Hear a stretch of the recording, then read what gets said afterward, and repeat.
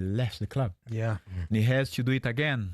And it takes time to rebuild the team and be competitive again.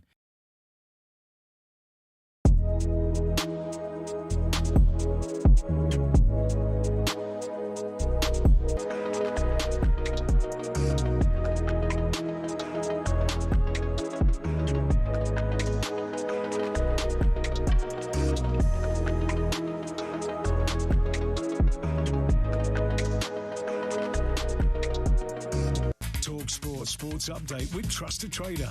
Find top-notch tradespeople in your area, all who pass the Trust a Trader 15-point assessment.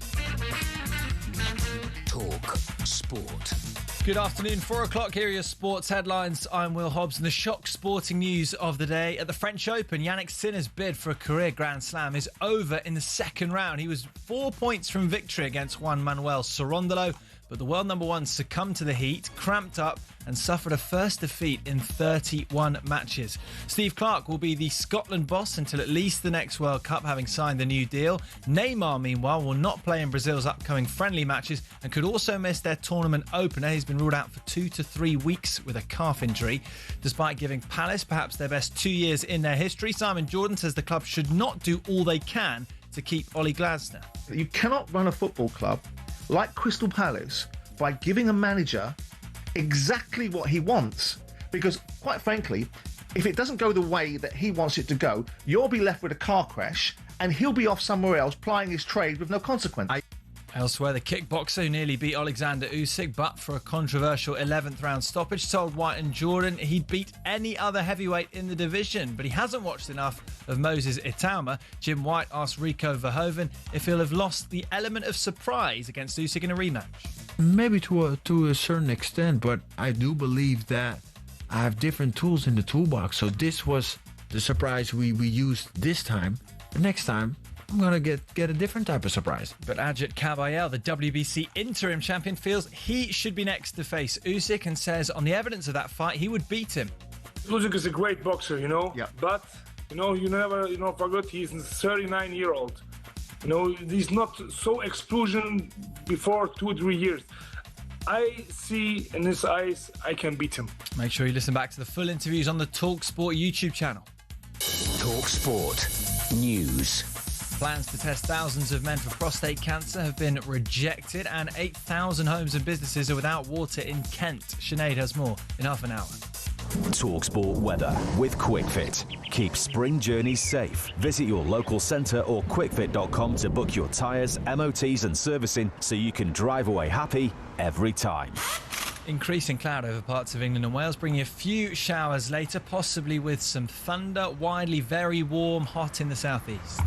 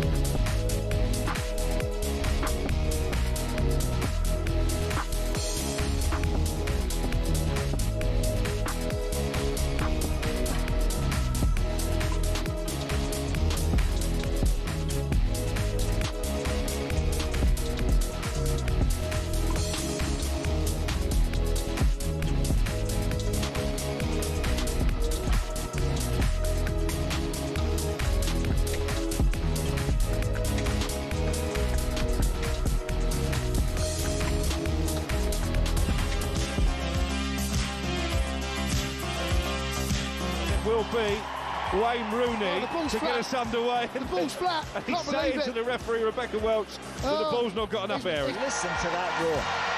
That could be the opening game of a World Cup, couldn't it, that sort of noise? Who do you think will make up a talkSPORT boy band? Oh, Jermaine Pennant. He's straight in. To take the penalty, I had to lie to Arsene Wenger. He wouldn't have seen it anyway. Jamie O'Hara will fancy himself a bit of a boy band. Oh, but Aaron Lennon, lovely bit of juggling. Tevez has rugby tackled him. He's absolutely cleaned him out. Simon Jordan's going to be the promoter, isn't he? Are you going to have that, Simon? Danny Dyer has called you a snob. Probably Dean Saunders, a bit of a Welsh crooner. Oh, it's not a boy band. It'd have to be a good boy band. Oh, well, I'm in then. Tommy Fury there just threw his right foot at that. It was like one of his right hands. Unfortunately, it didn't make contact. Soccer Aid for UNICEF on talkSPORT. Get stuck in, Danny Dyer. Go on, son.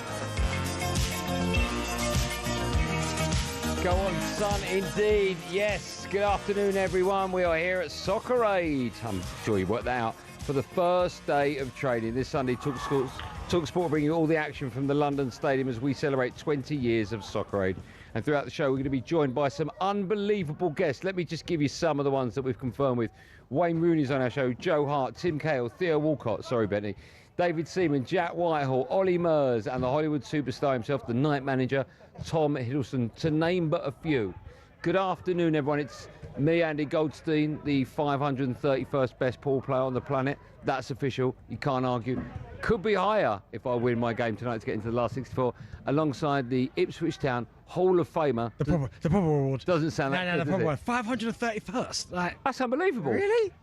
Anyway, quick one. Sorry. That's unbelievable. No, wait. You said about Tom Hiddleston. What did you announce him as? What was it? I didn't write this script. The night manager himself. Out of everything that he's done, that's what you come with. What is it? You tell me what he's done. Loki, Avengers. Right. Producer Joe's over there. He writes the stuff. Avengers. You having a laugh? I'm just the Ron Burgundy of the. Congratulations. Thanks, man. You're talking about the pool, yeah? 531st. Listen. Wait, can I just say? Got to start somewhere. No. For me, that is mind blowing, right? As a kid growing up, wanting to be a snooker player, wasn't good enough. Played pool, couple of tournaments last year, won a match, not good enough to get a world ranking. You've got better and better. 2 matches I won yesterday. Yeah. I'm now officially the 531st best pool player on the planet, and I've got a game tonight. It'll be live on the talkSPORT YouTube channel. So are you now a professional sportsman?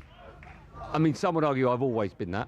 Some would argue you haven't. Yeah, no, but I tend to side with the ones that argue that I have.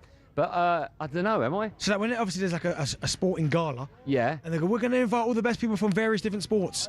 You think now you've got a right to be on that level? If they have a pro-am, I'll be on the pro side of that. You'll be on the am side of it. Okay, nice. I just want to point out, right, so we're live at Soccer Aid. If you're watching on YouTube, to my left is the training ground. And before we came on air, they put a big goal next to us. And we spent about 20 minutes saying to these people, can you not put the goal next to us? Because if someone misses, they're going to take all our equipment out. And they went, yeah, of course. They've just moved the goal right next to us. So over the next 3 hours, if for whatever reason we fall off air, it's because some plonker has missed the goal and taken it. No, but you know what? They've put the goal back where it should have been anyway. Because for whatever reason, they moved it that way. And there was, I'll give you an example, the left touchline. Yes. They put the goal 2 yards from that. So on the other side of the goal, there was like 30 yards of touch. So it was not in the middle. So now it's in the middle where it should have been. Now we won't get hit. Okay, so we won't get hit now? Yeah. Okay, so we will not get hit? No. Okay, well, if you're happy with that, I'm happy with that. I don't think that is the Congratulations case. Again anyway. Thank you. That game, by the way, 8 o'clock. No, actually 7:30 live on talkSPORT YouTube channel. Find it. So you're asking the listener to come away from listening to the coverage of talkSPORT to come to the YouTube channel. You bet your backside I am. Right, on with the football. Before we move on and meet some of our wonderful guests, let's, of course, take our time to talk about last night's heroics from Crystal Palace. I mean, what a win. Again, what is... It's great. You know what I liked about the celebration was when he jumped up in the end, just smashed the corner flag. Who does that? I know he does, but the accuracy, I'm like, that's pretty difficult to do. But I thought they thoroughly deserved it. Actually, it could have been maybe 2 or 3. But I mean, what happens now to Crystal Palace? Where does Oliver Glasner go? This is the what thing. happens next? Because he's obviously made it clear he wants to leave. I mean, what he has done for that football club is. Crystal Palace, I know Crystal Palace fans, right, and they cannot believe what the last 2 years has brought. An FA Cup, a Community Shield, and now a European trophy. The first year they're in Europe ever, they win it. He deserves a lot of credit, Oliver Glasner, for what he's done. He's come back from a difficult period at Crystal Palace where a lot of people said he's got to go. Palace fans turned on him. Mateta come out and said, I'll never play for this football club again. Or around them, I don't want to kind of quote and say that he said that, but he was actively looking for a move. And for him to score the winner as well. I'm a big fan of John Philippe Mateta. Yeah. Good finish there, striker, but they've got a really good team. I thought Crystal Adam Palace. Wharton was fantastic yesterday. Mate, they've got a really good team. And that's where, if you're the next manager coming in, where do you take that? Because it looks like the manager's going to go. Do you think he's going to go? Yeah, I do. Yeah, I think he spoke about he needs a break. Should we have a listen from him? Yes, listen. Okay, and then we'll discuss it. This is the manager, Oliver Glasner, speaking after the game, and of course he was full of praise for his side. I just guided this group of players and their staff, and I supported them, and I said, and this is because it's my 100% conviction, so I can't do anything alone. I could be the best magician, it wouldn't work without the players. And so it's all the players deserve all the credit, because they have to listen, they have to trust me or myself and the staff, of course.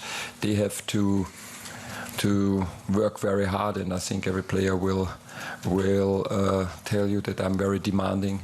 So if things don't go how I think they should go, or if players probably drop the standard by 1 or 2%, I can't accept it. So this is just, and then sometimes they are a little bit upset with me, and that's fine.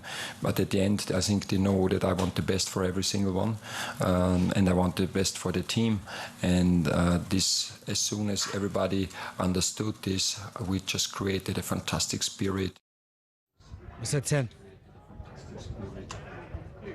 Does that sound like a manager who's going to be leaving the club or not? It does for me, yeah. Does it? Yeah, but what it does tells me as well he's a winner. He's almost saying what he's done the last 2 years by losing some of the top. We're talking about top players that have gone to top clubs and won big trophies. Is that he wants to win? Simple as that. Now, eventually it catches up to everyone. Yeah. If you keep what he's done again is a miracle. But when you start taking piece by piece, Elise was the first one, and Gehi, Eze. You start taking. It's going to be Wharton probably next. Munoz, the right back. You start taking players away. Eventually, you're not going to be where you once were. Now, I know their league form this season hasn't been great, but Palace in the league, it rarely is. But what they've done in terms of cup competitions has been spectacular. And now, of course, they've got the Europa League next season, so that means not only they're going to have to sort their manager out, they need to get, you'd think, with all those names going, even more so, a bigger, deeper squad, right? They do. But again, they're going to have to get their recruitment absolutely spot on. But I think the biggest battle for Crystal Palace this summer, will be the players they can keep hold of. I think, they could bring players in. They'll be able to attract players. They're at the London side. They play in the Premier League. They're in Europe as well. So these are all big pluses. But that's the biggest battle they're going to have, is that other players sniffing around clubs are going to be saying Wharton, because as you said last night, he was outstanding. He looked great. Him, the right back Munoz. They've got so many players in their squad that even Sam, I'm surprised if someone goes and tries to take him. These clubs are going to go, do you know what? We'll have him. And if they're going to keep hold of a load of these players, then they'll be fine. But again, another English side prevailing in Europe. If you've joined us a little bit late, do not worry, because it's the start of what should be a great and a fascinating afternoon. If you're listening and not watching, you can hear lots of noise behind us. That's because we are at Soccer Aid. It's training day 1. Lots of big names here. It's going to be very difficult for Benty to actually focus on the show, because he's constantly looking over his shoulder. Who are you excited to see? Do you know, I'm actually okay. To be fair, obviously, I've just seen you looking over your shoulder. You're doing exactly what I said you'd be doing. I saw one of the worst finishes. Oh, right, okay. So, who was that from? Name and shame. Do you know what? I don't know his real name, but Jamie Lannister, who's a big character in Game of Thrones, which is the programme that I watch. Oh, he's there, is he? He's there as well, yeah. What goal that was, by the way. And what are you looking at? Concentrate on the show. I'm looking at you, but yes. I mean, so many guys that come here. Damson Idris is a nice one. Obviously, I'm a big fan of Snowfall. I watched that. He's here. Sorry, what was that? Damson Idris is his name. And what? He was in the F1 movie. Oh, yeah, alongside Brad Pitt. Yes, I know who you're talking about. And he's in Snowfall. Oh, he's here, is he? Have you seen Snowfall? What's that about? Do you know what I was meant to tell you as well? Just quickly, sorry. You know we had Stephen Graham on the show? Yeah. So I've been speaking to him since. Do you know what? You are the biggest... My new best friend. Do you know, I don't...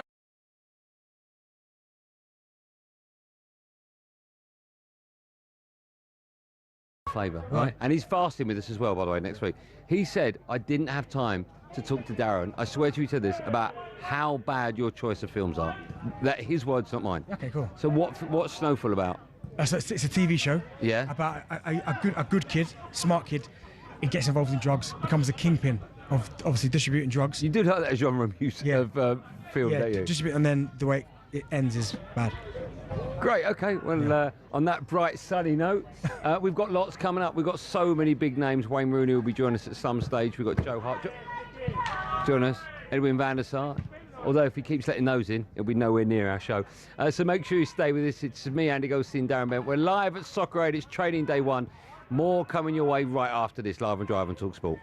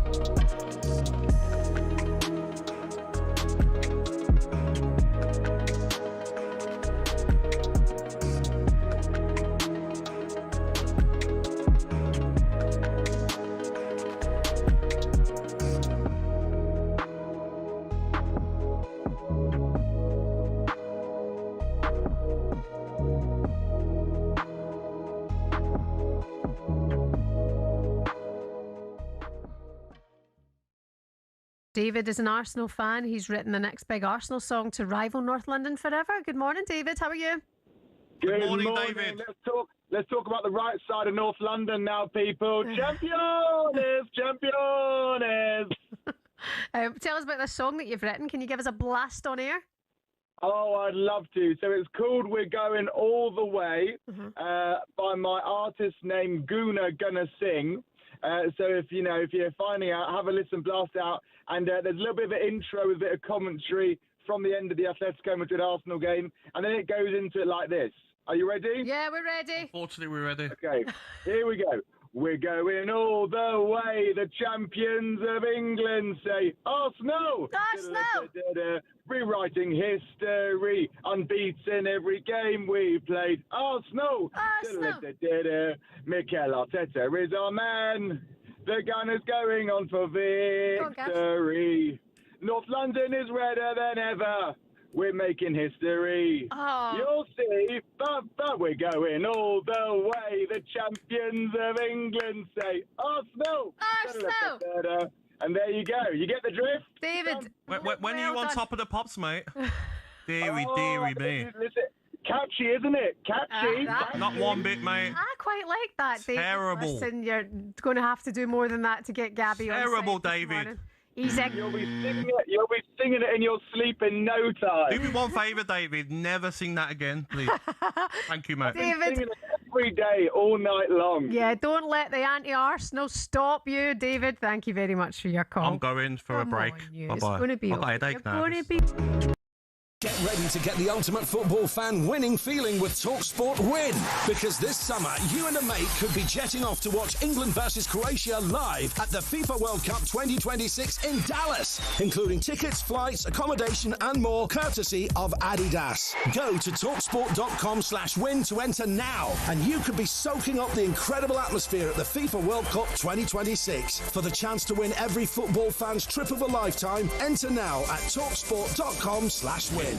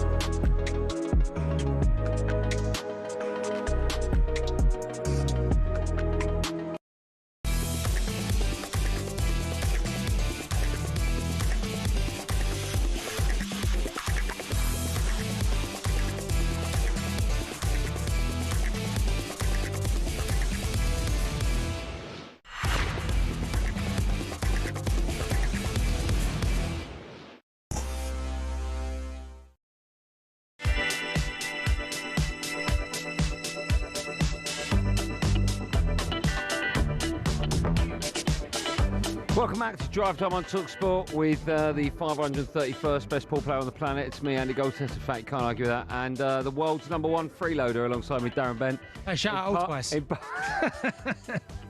Shout out Spice.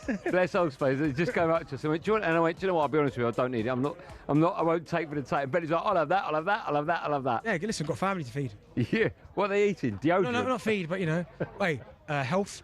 Health, obviously. Health, yeah. Obviously, hygiene. Yeah. Enjoy those shandies before the show, did you? We're here in partnership with Giacomo Style and Braz for Every Man. Right, we are here. We're live from Soccer Aid. It's training day one. We'll be hearing from so many big names across the show today. Wayne Rooney, he'll be coming up in about 15 minutes' time. We'll be joined by Joe Hart before 5 o'clock. Tom Hiddleston will be with us a bit later on as well. So loads of big names. Of course, if you want to go watch the game, you can. There's a few tickets still remaining. Go to the website www.socceraid.org.uk/tickets. That's www.socceraid.org.uk/tickets. Of course, this Sunday talkSPORT will bring you all that action live.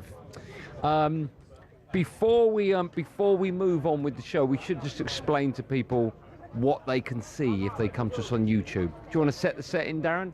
Set the setting or the scene? Either. Well, the scene is, obviously a training pitch behind us. It's a beautifully lovely sunny day. The players have come over for a nice little break. Yep. Having a little conversation. There's microphones and cameras absolutely everywhere.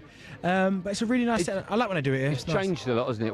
I think it's this year 5 for us. Well, the first year we came here, it was lovely. All I can remember was we all had a picture on the pitch in front of the goal. Yeah. Now it feels like if you even a bit of spit comes out your mouth by accident and goes onto the pitch, they will take you. You get locked up. You get locked up. Yeah. Yeah. So it's changed completely. What's your accreditation? Can you? Yeah. I'm going to the toilet, mate. You can't use that toilet. You've got to use the bush.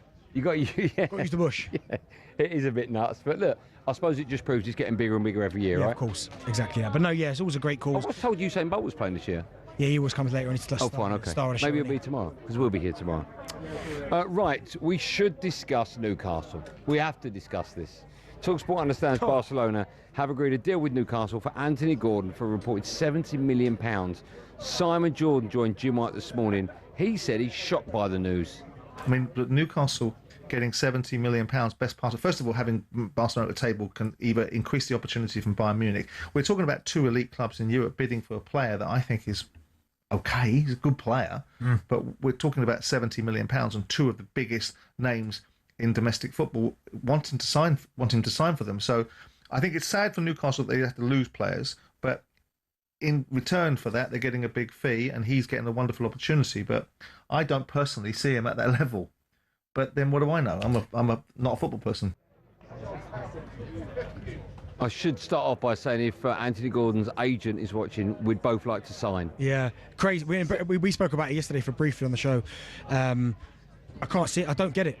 I honestly don't get it. I mean, What don't you get, Barcelona or the fee or both? Both. Like, you look... No, not even both. All 3. Gordon getting the opportunity to go there, Barcelona wanting him, and the 70 million. And I read the other day that they're reluctant to pay the 23 for Rashford. 26, yeah, that's nuts. I honestly don't get that either.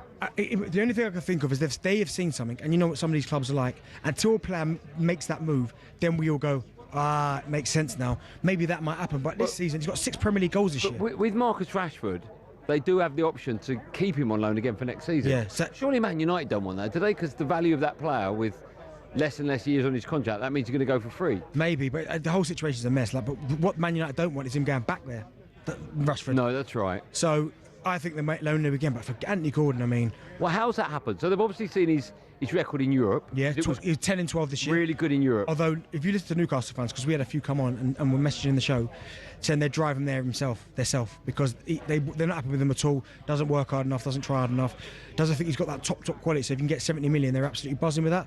But, again, as Simon said it earlier, he's a good player, and I'll never, ever kind of question a player for getting a move, because I was a footballer once. Yeah, I probably got moves where people went, how's he got that move? Obviously it wasn't to this magnitude, but still. So for Anthony Gordon, it's outstanding. But what I think a Barcelona player should look like, and what a Barcelona player should feel like, isn't Anthony Gordon. But times have changed, right? That maybe shows where Barcelona are more than anything, because you look at some of their recruitment. I mean, even like someone like a Ferran Torres, who I like. Yeah. Man City let him go. Didn't think he was good. Didn't deem him as good enough. So. Yeah. And also, by the way, I thought Barca had no money. I did think that as well. So where's that come Where's from? that 70 million come from? Yeah. But no, fair play. Look, we wish him well, right? Oh, What an unbelievable move. I that is wish for him all the luck in the world, but yeah. I can't. I don't get it. If I'm honest, I don't get it.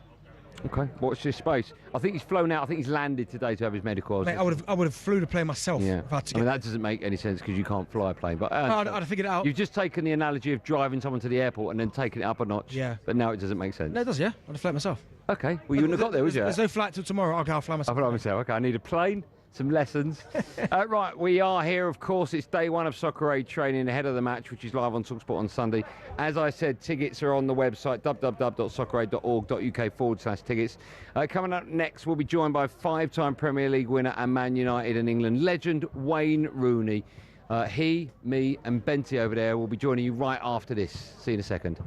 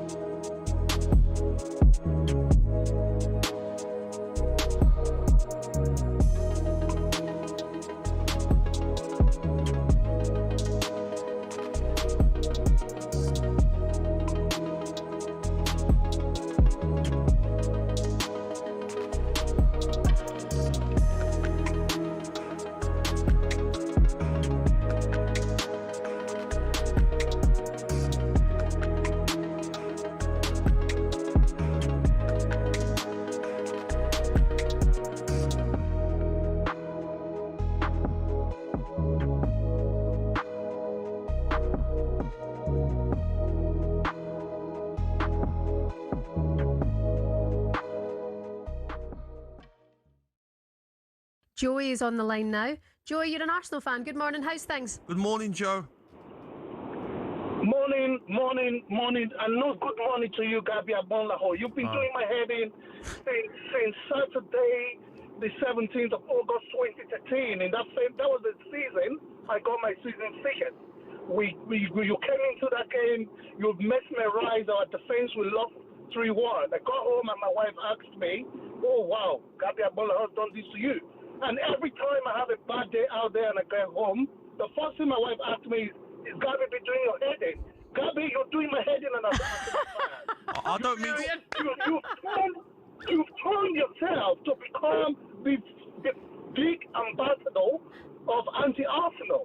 Like, you just go after Arsenal. You go after Arsenal every single day. Gabi, for goodness sake. This morning we're talking about Gordon. You went all the British press, tried bringing down British players. And then, in the same minute, you are saying you don't want Arsenal to win the Champions League. Gabi, that is a conflict of contradiction. You have an apparent bias against Arsenal. And you've been doing my head in since 2013, Gabi. Joe, for goodness listen. sake, let me have a break. I don't want you to have a bad day because of me. I want you to enjoy your day. The weather's good. I want you to be happy, Joe. Joe, that was brilliant. That was some rant. I really enjoyed that. Keep them coming in. 03717 2233. I don't mean to do that to Joe. Yeah, no. I don't like that right. he's having bad days. Yeah, you're right. You're right. I want to have a very good day listening to us on the radio. Yeah. And you know what? If you don't like it, there's a button in your car, and you just turn that off. Yeah, but listen, everything that Joey says there. Listen, I want him to have a very good day. Yeah. I want him to have listen to talkSPORT and be happy, but I want PSG to still win. Yeah. You really wound him up this morning. I love Paris though. It's one of my favourites. Steve Clarke has extended his Scotland contract to the end of the 2030 World Cup. Over the last 7 years, Clarke has led the Tartan Army to 3 major tournaments, including their first World Cup since 1998. Elsewhere, Oliver Glasner is riding off into the sunset after winning the Conference League, and another former Palace boss, Alan Pardew, is urging the club to now hang on to Adam Wharton. Very much a key player in terms of opening the door for a team, and in the Premier League they're very, very rare. We're told Barcelona wants Anthony Gordon because he can play up front as well as out wide. Our chief football correspondent is Alex Crook. What does it mean for Marcus Rashford? That's the big question, because of course he's been on loan. I think Barcelona probably would prefer to loan him for another year. We've heard Barca have agreed a £70 million deal with Newcastle for Gordon. The Catalans are also chasing Julian Alvarez, but Atletico Madrid want at least 90 million quid. And the man who's correctly predicted every World Cup winner since 2014 says it's finally time for the Dutch to break their duck. The benefit that a team like the Netherlands has is they've got high quality and informed players across the entire pitch. There isn't a single weakness. German economist Joachim Clement has got England reaching the semis. Plenty more at talksport.com.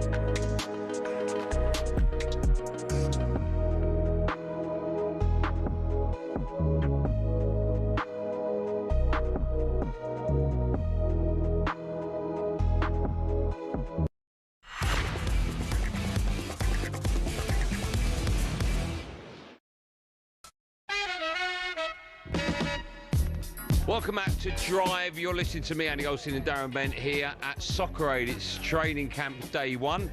We've already had lots of big names on the show. We've got so many more coming. Although I say more big names, I don't think we can get any bigger and better as we're joined now by the one and only Wayne Rooney, or Wazza, as I like to call him. Wazza, how are you? Good to see you. I'm very good. Nice to see you. Looking forward to it. Yeah. It's looking nice forward to training in this heat. I was going to say, everyone I'm looking at, they've just got beads of sweat coming in. How are you? What sort of? You're looking good, Nick. Actually, if you don't mind me saying, you training a lot. I've done a bit of training this year for it. I seen Tevez last year, and I was thinking I'm gonna have to do a little bit. Yeah, that's mad, wasn't it? No, you know, I'm eating a little bit healthier. Do you like days like this, honestly, when there's a lot of press about? Because every year it gets so much bigger, Soccer Aid. Benty and I came to the first one, and it was like one man on his dog on the side, and we had access to everyone. Usain Bolt just bowled over. He's like, do you want an hour? And we're like, And now it's so difficult to get the big names, which is why we're honoured that you've come to join us. But do you mind days like this rather than being on the football field? Not really. I don't really like them, to be honest.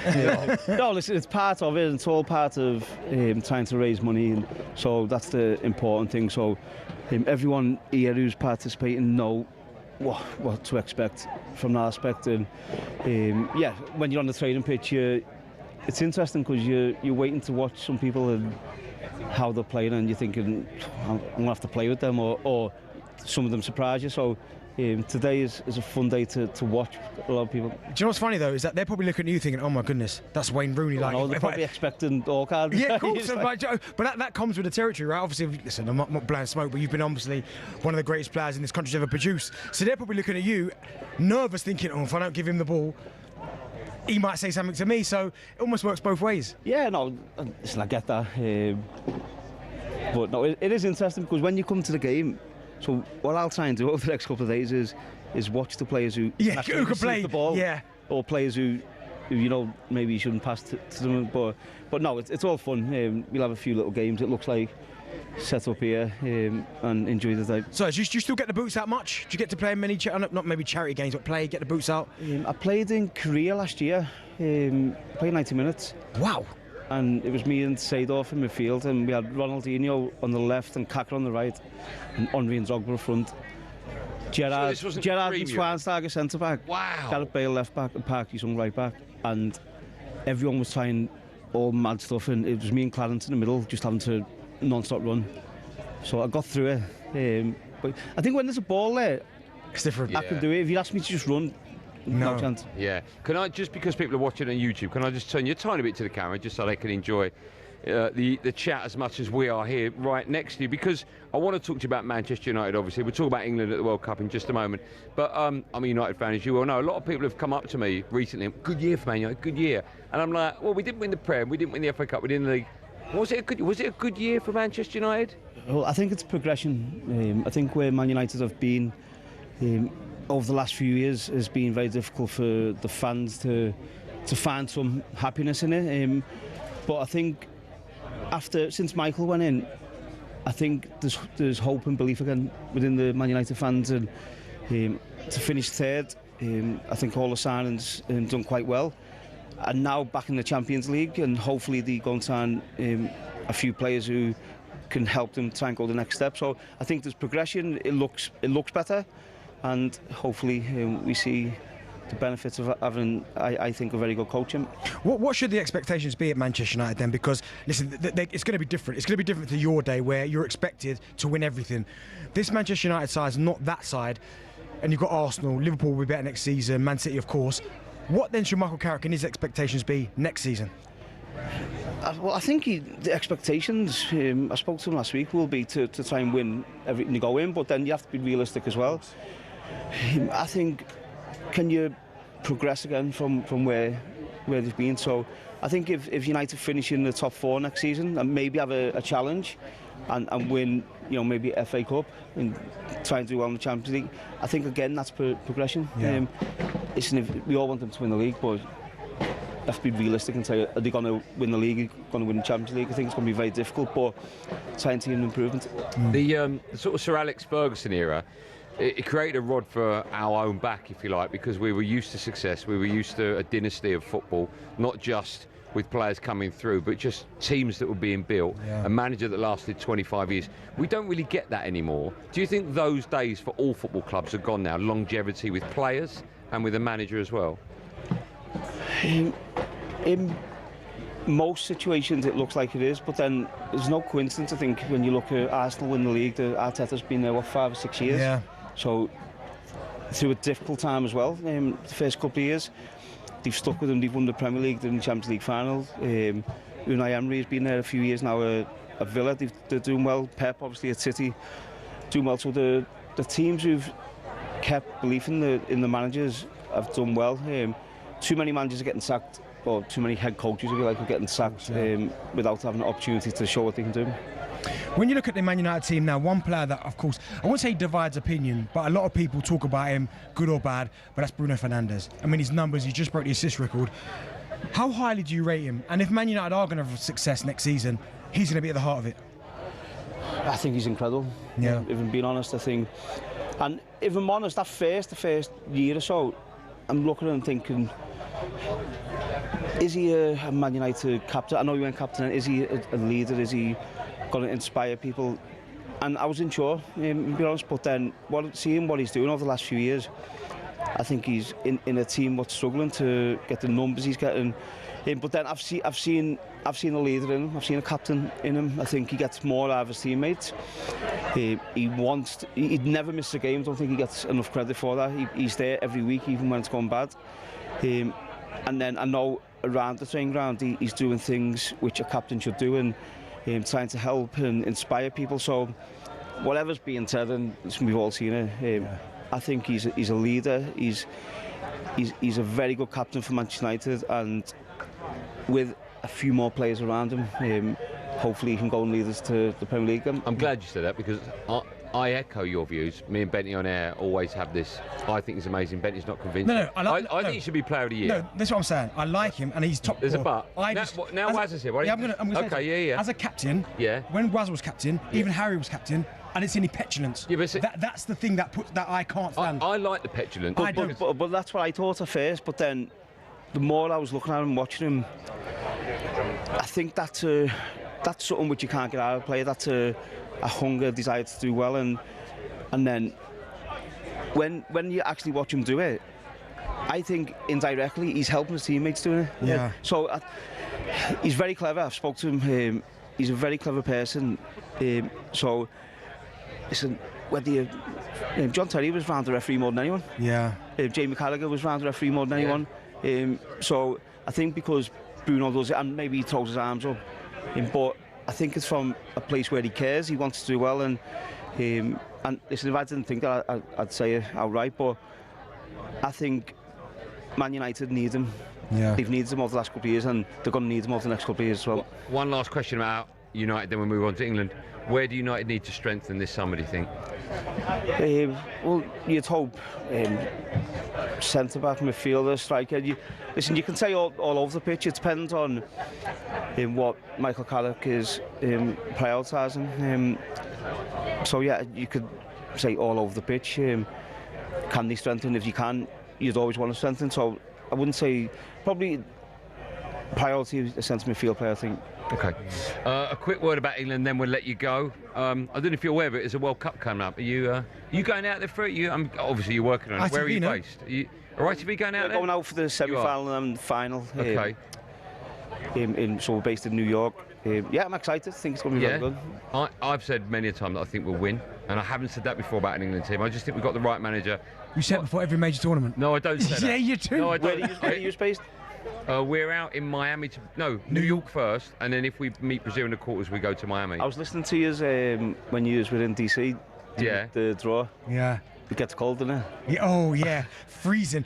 Open top bus. I don't think. I forgot you was there. Yeah, he was there. So cold, I couldn't even hold the microphone. Oh, so I used to put petrol in. I used to put just enough in to get me back to the house. Yeah. It was that cold. It's freezing. It's frightening out there, isn't it? It was snowing when we were out there, wasn't it? It was dreadful. Yeah, because you went to open top bus. Our management Max, who's standing over there, decided to give us a tour of Washington in like a golf buggy with no covering whatsoever, and we were just shivering. It was horrible. Freezing. Yeah, well, I've done that tour many times when friends have come over. It's just pointless. I was sick of it. It was mad. It was great to be out there. What's going to happen then? You know my view. You know. I think what the squad Thomas Tuchel has picked, there's a couple which I've said that maybe might went another way, but I think we have to trust in the team he's picked. And I think when you look at leadership and this gets talked about, they want a place around the training camp which is a good place to be around. You can never guarantee that. One little thing can happen and that doesn't happen, but I think he's got a good squad, a squad that's capable of winning the World Cup. And obviously no Foden, no Palmer, Gibbs White, who's been doing really well. It's controversial, but I think as a nation we've been criticising managers for always picking the best players. He's gone the other way, and I hope it pays off. I trust him. I think he's a fantastic manager, and if anyone can pull it off, I think he can. On that note, we'll let you go. I'm going to get in trouble. I was only about Naby for 5 minutes. I think I've trebled that, but we're big fans of yours, Waz. Thank you. Thank you very much. Enjoy the football as well. We'll see you soon. There you go. Another big name during the Sligo Drive. There's loads more still to come. Make sure you stay with me and Benty. We'll be back right after this, live on Drive on talkSPORT.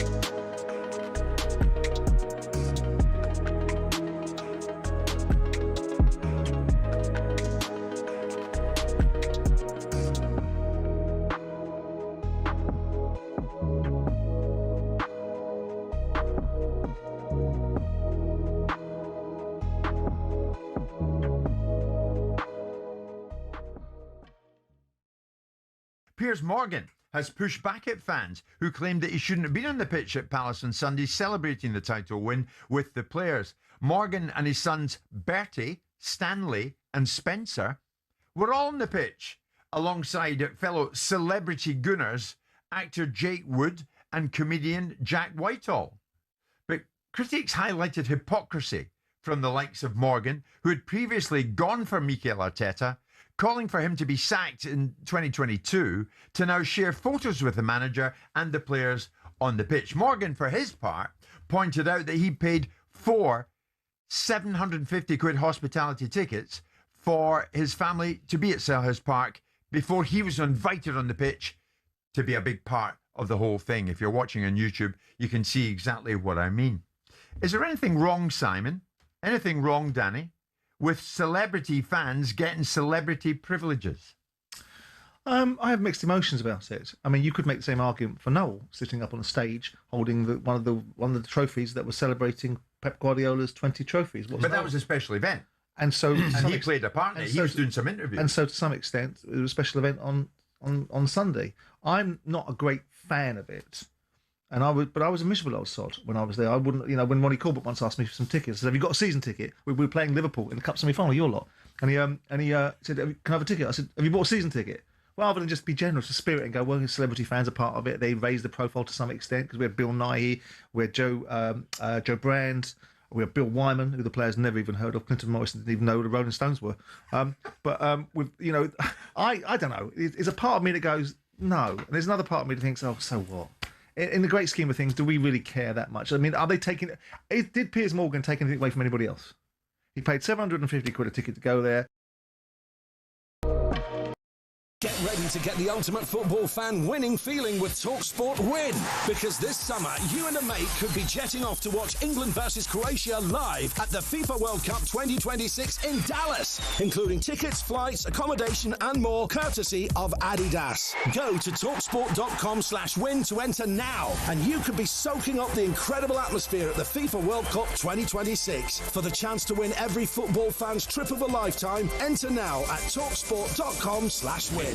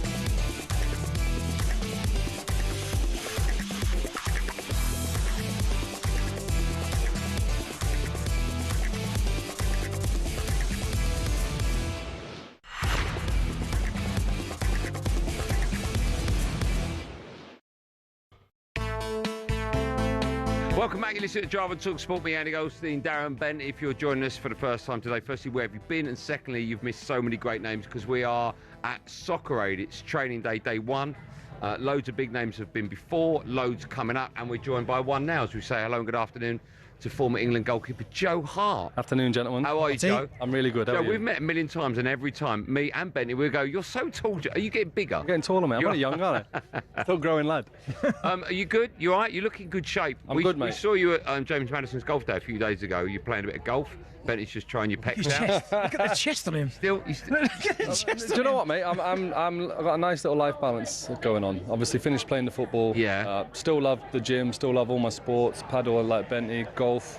Turns out I actually still like football. You do like? I was going to ask you about that. You do like football? I love watching it and being around it. But honestly, I was ready to stop playing it because I've been to so many games now. I don't know how you felt when you finished.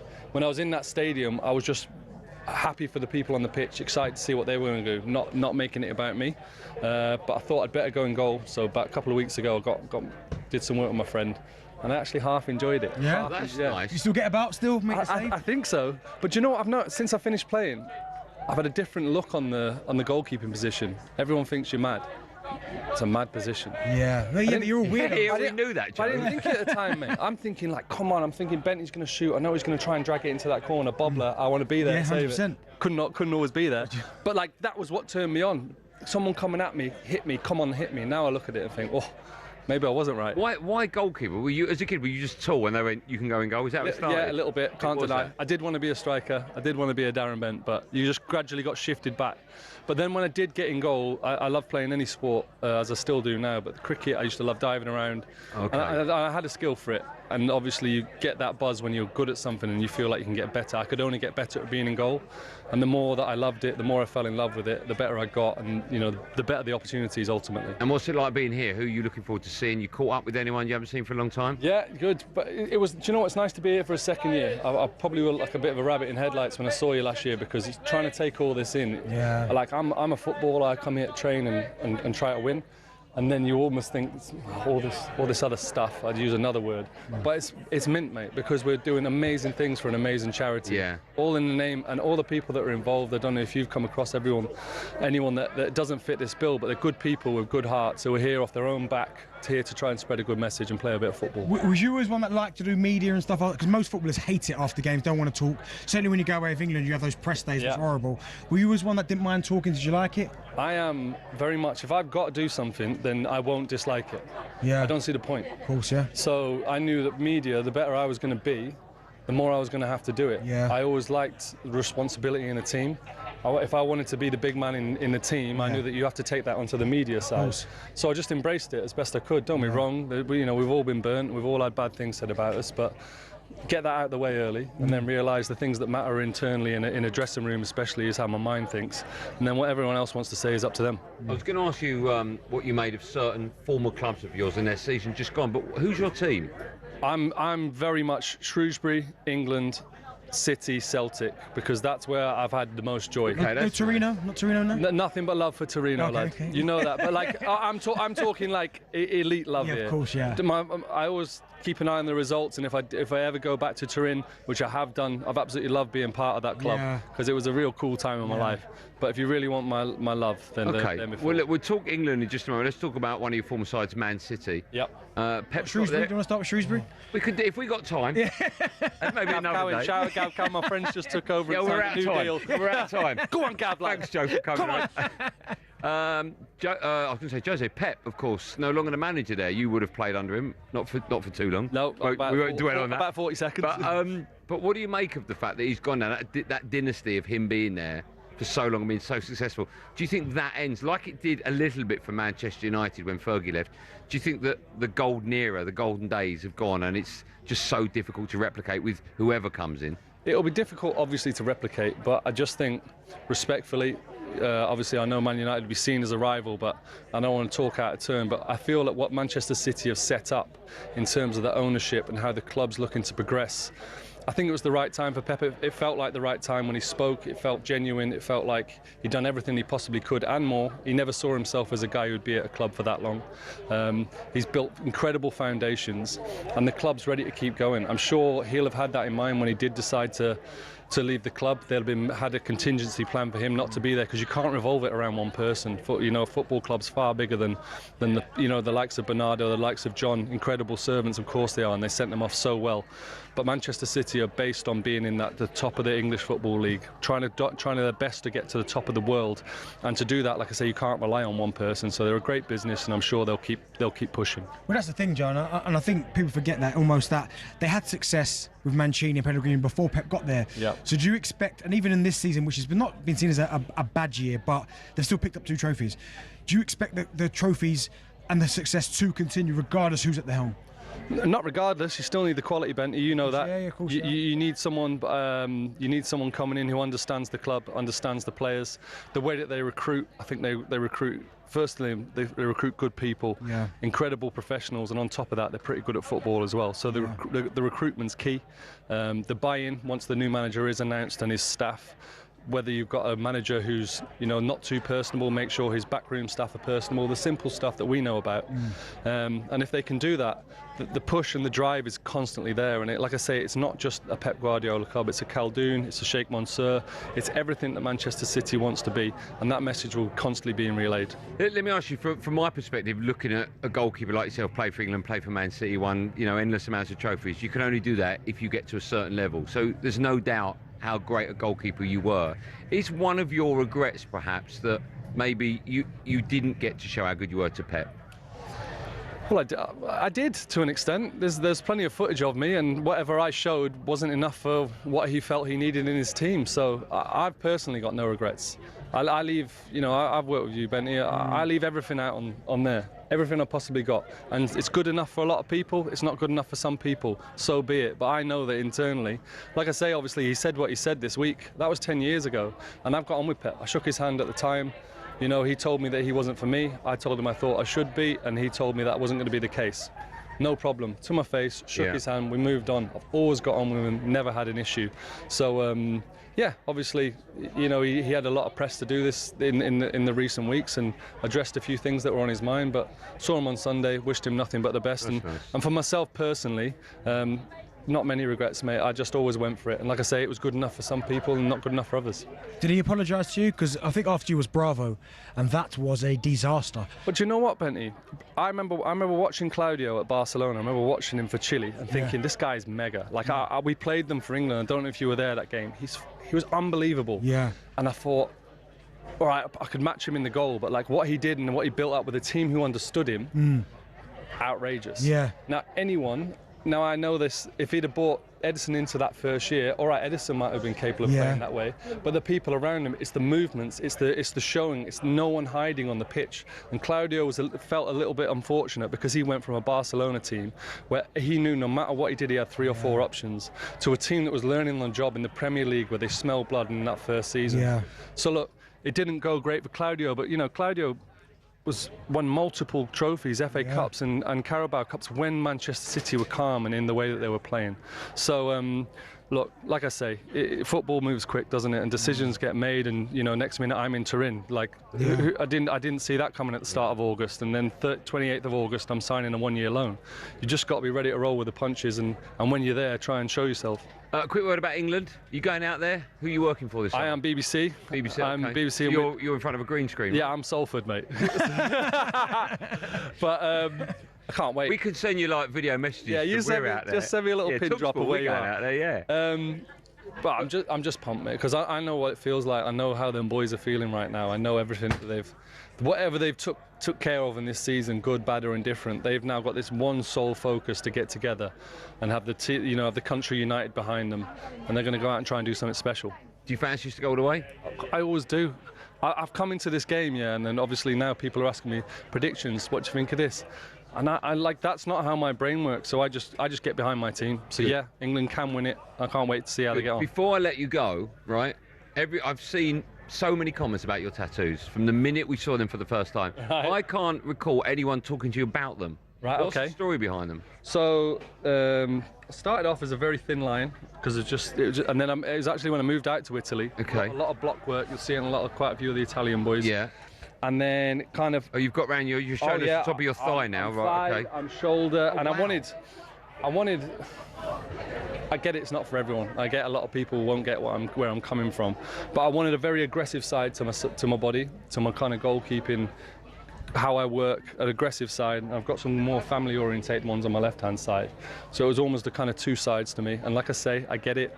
Wazza of all people takes the mick out of them. I'm like, am I going to take any advice off him? I don't think so. But for me, they help me. And then people said, what about when you're older? How are they going to look when you're older? I think it gives me the mentality to stay strong and fit and aggressive. So, well, we like them. Thanks, mate. Long may they continue. Thank you so much for coming on our show today. More than welcome. And good luck with the football coming up over the next few days. Cheers, gentlemen. Cheers, Harty. Top man. Nice one. Wonderful, Joe Hart. We're going to have a quick break. More big names coming up live and live on talkSPORT right after this. We'll see you in a sec.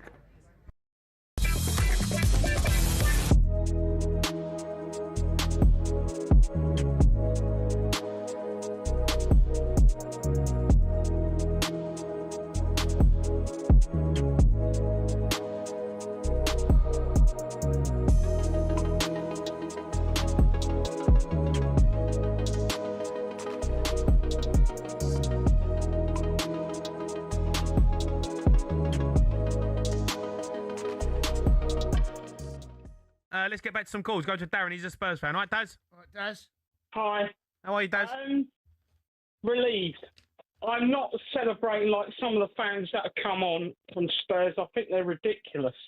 The only thing I did when the whistle went, I turned to my mates who I go with every time, and we said we're relieved, and we walked out the stadium because we just had enough. And the way fans are behaving, and calling out Chelsea, that's ridiculous. We finished 17th. They finished 10th. Yeah, they won nothing. Hang on a minute. They won nothing, though. So did we. Yeah, exactly. We won nothing. Exactly. Yeah, but we're a disgrace, and so are they. Yeah, but we are more of a disgrace. And the way Tottenham fans are behaving is ridiculous. I agree with him. Well, you will agree with him. No, you're speaking. He's the first one that's phoned up talking any sense. Dazza. Right? It's a shocking season, but it's over. It's over. Season's over. We're up. Cheer up. It's over. It's embarrassment. What do you think people like Glenn Hoddle look when they look at that side? I know. Well, they've got to sort it out, haven't they? Legends of the club. Well, they've got to sort it out, though, Daz, haven't they? Got to start again. Yeah, they've got to sort it out, but there's no good when fans are turning around like we've won a cup. It's ridiculous. The stayed-up trophy. Good trophy, that, though, Daz. The inaugural. Well done. Mate, it's good trophy, that. The staying-up Yeah, cup. it should be a toilet bowl. It should be a toilet bowl because that's what it was. It was toilet. It was. They should have stayed in the toilet where most of those players came from. Holding up a toilet. Silver toilet. That's a good trophy, that. Holding that up. I want to get a picture of that. Yeah. Someone will AI that. Staying up trophy. Someone will AI that and send it to us, mate. Yeah. It's unbelievable stuff. Yeah. Listen, Daz, enjoy it, mate. It's up. It's over. We can all relax now. Got the World Cup coming up. He's the only one under a rock. Just relax. The only one. Only one that's got any. Only one that's got anything about him. Only Spurs fan today.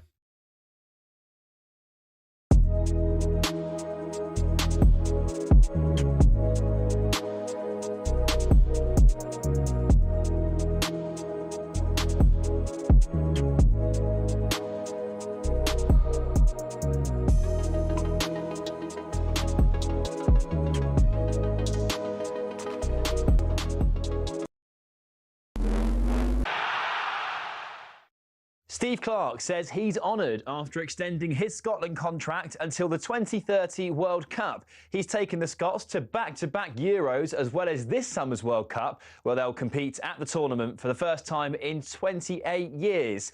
Elsewhere, should Palace bend over backwards to keep hold of Oliver Glasner? Their former chairman, Simon Jordan, says no. You cannot run a football club like Crystal Palace by giving a manager exactly what he wants. If it doesn't go the way that he wants it to go, you'll be left with a car crash and he'll be off somewhere else plying his trade with no consequence. Serena Williams is expected to come out of retirement and enter the doubles at Queen's Club next month. The 44-year-old's last professional match was in 2022.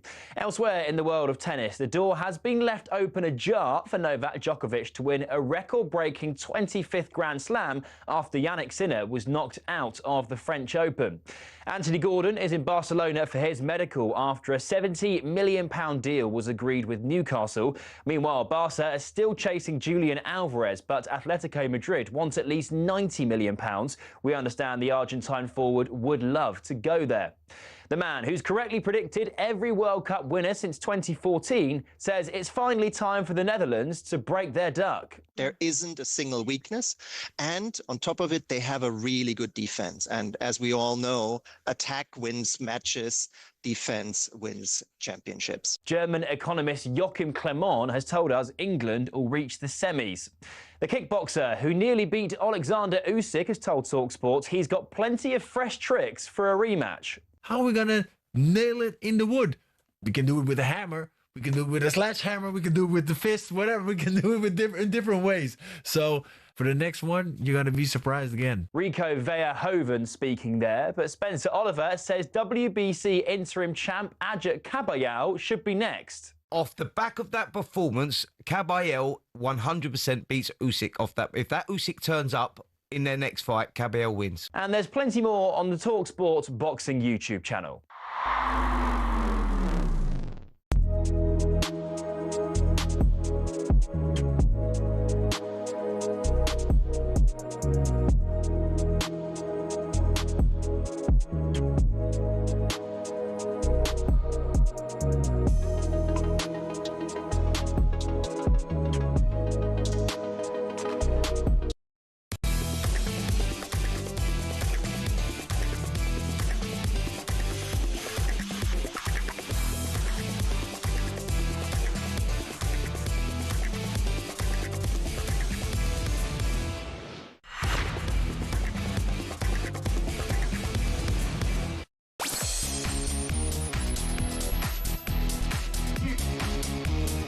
Welcome back to Drive on talkSPORT with me, Andy Goldstein Darren Bent, alongside in partnership with Giacomo. Get fresh looks and great brands from Giacomo.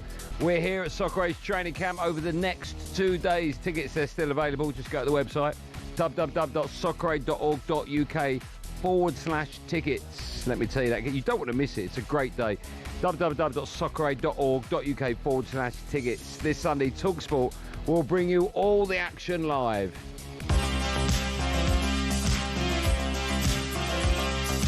It will be Wayne Rooney to flat. get us underway. The ball's flat. And Can't he's saying believe to it. the referee, Rebecca Welch, that the ball's not got enough air in it. Listen to that roar.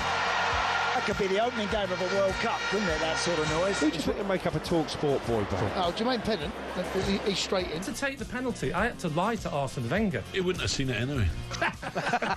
Jamie O'Hara will fancy himself a bit of a boy band. Oh, but Aaron Lennon, lovely bit of juggling. Tevez has rugby tackled him. He's absolutely cleaned him out. Simon Jordan's going to be the promoter, isn't he? Are you going to have that, Simon? Danny Dyer has called you a snob. Probably Dean Saunders, a bit of a Welsh crooner. Oh, Dean Saunders, he's not a boy band. That'd be a good boy band. Oh, well, I'm in then. Tommy Fury there just threw his right foot at that. It was like one of his right hands. Unfortunately, it didn't make contact. Soccer Aid for United on talkSPORT. Getting stuck in, Danny Dyer. Go on, son. Yeah, it's set to be another incredible occasion at the London Stadium as we celebrate 20 years of Soccer Aid. So many incredible celebrities and sporting stars will be there. If you're joining us now, we are, just over an hour into today's show. It's a beautiful day as it is, I'm guessing. Certainly down south, but around the country. I know the weather's been very kind to us this week, and it's no different where we are today. If you're watching on YouTube, you can see me and Bentley behind a very plush, expensive, no expense spare desk. I think it was about 80 quid.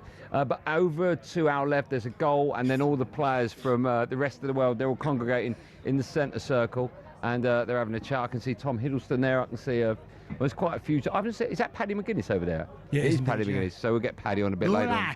But it is, what's that? That's his show, isn't it? What was that? That's an impression of him. Oh, right, okay, yeah. You do it then. What? No likey, no likey. No, what does he say? No likey. No lighty. No lighty. Okay, fine. Yeah, anyway, so all those celebrities are coming up a bit later on, as will tonight at 7:30 on the talkSPORT YouTube stop channel. plugging this, man. No, people don't want to watch that. I think they do, actually. No, I'm playing. I've got to be very careful with his name, but this is his name. He's a Greek lad called Nick Chatapis is his name. I've got to say it quickly, but that is his name, genuinely. Nick Chatapis is who I'm... That's his name. I'm not going to take the mickey because he might beat me about 9-0. But I don't know. I've no idea. I don't know anything about him. I don't know if he's playing does he know that he's playing against the Gale Force. 31st ranked player in the world? In the world, yeah. By the way, if I win this, I doubt if I will, but if I win tonight, I'm back tomorrow in the last 64. You won't win today. I hope you do. Why would you say that? I hope you don't, because I like to work with you. You hope I don't? But it won't interrupt our work relationship. Okay. If I win, I'll be back tomorrow morning, so I'll play the game before I get here, and then if I win, I won't win any of these. I want you to win the whole thing. You just said a minute ago you don't. I'm joking. Oh, right, fine, okay. I'd love to see. Are you going to be watching? 7:30 live on talkSPORT YouTube channel. This evening, I will have I will have the feed That's a on. no. No, I'll have the. I'll be driving. I'll have the feed on, where I can't watch it, but I can hear it. What, in your car? Yeah. Oh, right, okay. Otherwise, it'd be illegal what you're saying. Yeah, right? but I'm not going to. You know what I mean? So I can hear the. Yeah. Good. Make sure you watch that. Hopefully, victory for the Gale Force. Right, let's bring you back to where we are now. Earlier on in the last hour, we spoke to Wayne Rooney and Joe Hart. Obviously, we weren't pushed for time, so we were, so we didn't have time to react to what they were saying. Let's start with Wayne Rooney. I have to point out, by the way, that the way it works here is when the celebs come over to us, there are people that look after them, and they always go, "You've got 2 minutes, you've got 1 minute, you've got 4 minutes." With Wazza, we just had him for about 15 minutes. It was amazing, so we're very, very grateful to Paul and the gang for that. But he was brilliant. He always gives a great interview, Wazza, doesn't he? Yeah, he does. He really does. I mean, he spoke really a lot of sense about the Manchester United situation. I mean, you still look at him and just think, wow, he was one of the greats. Yes, that's right. One of the absolute greats. And the fact that he's here now, he likes to do it. He said he likes to keep busy as well. Of course, we know that he's got incredible technique, and yeah, it was just great. I always like when you speak to Wazza, the one thing about him is how honest he is. He doesn't mix his words. He doesn't kind of skirt around it. If he's got something to say, he'll say it. And he said that about Michael Carrick and the job he's done. I thought he was incredibly honest about Bruno and his thoughts on him, because, again, there's a lot of controversy going around at the minute about Bruno with the Roy Keane's opinion compared to other people's opinion. But I thought he spoke really well. And I think if I was Bruno Fernandes and I heard that, I'd find that really refreshing, that one of Manchester United, maybe their all-time greatest player, is almost giving him that endorsement by saying he's fantastic. Yeah. I think that will go a long way. Yeah. He also said that Manchester United giving the job to Michael Carrick has given the club belief again. That was quite interesting. Yeah, it was. And he's earned the right. I mean, we all, for whatever reason, keep looking for this superstar manager. It's about the next wave of this. Because the days of Pep and Mourinho, Wenger, all that type of Ancelotti, I know Ancelotti's still there, but it is about the next wave. And Michael Carrick, for all we know, might be the next wave of that great manager. Yeah. It might be him, Maresca, Arteta, Xabi Alonso. That might be the next four where you go, okay, Unai Emery still at Villa. It might be that five that, here we go. These are the rivalry that we saw back in the early 2000s. He's got to start somewhere, right? Exactly, and Michael Carrick, he's earned the right. If he'd come in and not done half the job, we'd all be screaming, kicking and screaming, saying he hasn't earned the right, he's not good enough. He's more than earned the right. Yeah. One rivalry that won't be there, of course, is Pep. And we spoke to Joe Hart, and he said that the fact that Pep has left, it shouldn't make too much difference because they are set up for success, the backroom team, etc. I thought that was quite interesting. That listen, we know how influential Pep is. It has to have some effect on that team, right? Of course it will, because you're talking about one of the greatest managers ever, and that's just fact. And I think it's going to take him a bit of time to adjust. But I think before he got there, they got everything in place for Pep. So when he walked in the door day one, he knew exactly what was going on. Everything was how he wanted it. I think that they're going to do the same for whoever comes in, with Maresca, wherever. They'll give him time to kind of get the way that he wants it to be, and also as well mould it to his image. And I think that was so important for Manchester City, that the way he saw Manchester City, Pep, is the way that they moulded the club to him, and that's why they got so much success. So yeah, I'm going to miss him. The Premier League brand without Pep's weaker. Even though it is the big and best league in the world, when you lose a manager like that, Pep, the brand is weaker. What was interesting was we touched on ever so briefly the fact that he wasn't really given that much time when Pep came in. He sort of looked him up and down, said, "You're not what I'm after," and out the door he went. He had no hard feelings, didn't hold any grudges. I sort of get the feeling that no one can have any grudges towards Pep, right? He's that kind of character. Listen, you'll get some people that, like Yaya Touré's accounts about Pep will be completely different. Because he got his birthday. There was that, and I think there's been a number of other issues. But I think for Joe Hart, and Joe, he's an honest guy. He's an honest lad, Joe Hart, and he's probably thinking to himself, what is the point in holding hard feelings? I've been there before with managers you don't get on with. It's a difference of opinion. At that time, I thought Joe Hart was one of the best goalkeepers in the Premier League. Pep didn't, and that's just the nature of the beast. But listen, he still wanted to be an unbelievable career. Joe Hart won many trophies, many honours, many times he played for his country. So yeah, I think it was quite refreshing actually to hear a player come out and go, do you know what? And it was nice what Pep said about Joe Hart as well. So listen, there are some good guys in football. Yeah. We've already spoken to a few good guys in football, the football being Soccer Aid. We've had Wazza, we've had Joe Hart, some more big names to come. Tom Hiddleston, one of the biggest, will be joining me and Bentley live on Drive on talkSPORT right after this. We'll see you in a second.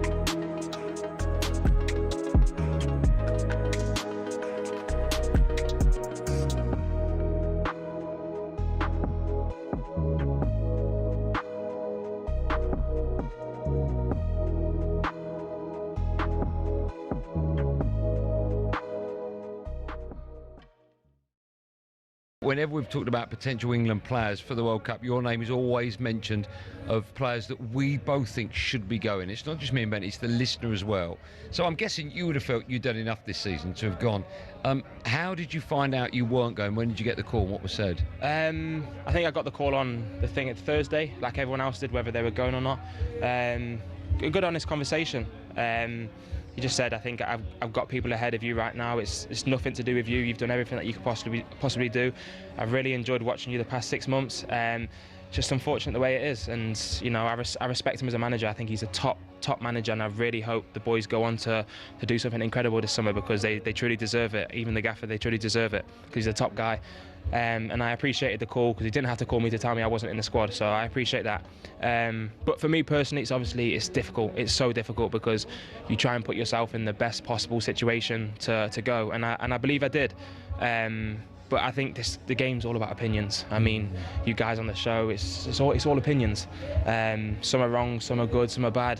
And I've been on a lot of people's wrong opinions in my career so far, and I've always got over them hurdles and bounced back from it. So this is just another hurdle, another thing to bounce back from. So I was going to say, so how difficult was it to take? Because again, me and Andy talk about it all the time, and I've been there where you almost convince yourself that you've played well enough, so you're going to be going. And when that call comes that you're not going, that initial thought process that went through your head, was you almost like you in shock, or did part of you think it was coming?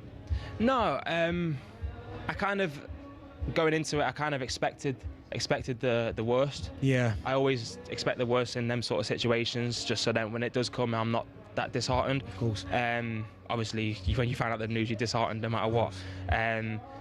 But yeah, you as a football player, you try so hard for these moments because they're just, when you retire, you're going to look back and miss out. You're going to really miss out on these moments. So I tried to put myself in the best possible contention I could, and I believe I did that, and I know in myself. Get ready to get the ultimate football fan winning feeling with talkSPORT Win, because this summer you and a mate could be jetting off to watch England versus Croatia live at the FIFA World Cup 2026 in Dallas, including tickets, flights, accommodation and more, courtesy of Adidas. Go to talksport.com/win to enter now, and you could be soaking up the incredible atmosphere at the FIFA World Cup 2026. For the chance to win every football fan's trip of a lifetime, enter now at talksport.com/win.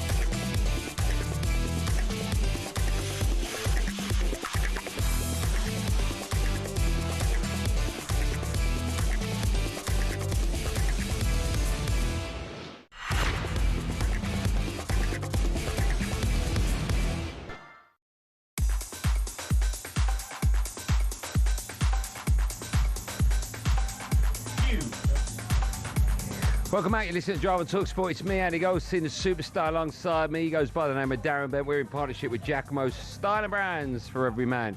We are, of course, live from Soccer Aid. It's day one of training. I keep saying this. You've got to take me up on the offer. Tickets, they remain on sale. There's only a few left. www.socceraid.org.uk/tickets. That's where you need to go, because this Sunday talkSPORT will bring you all the action live.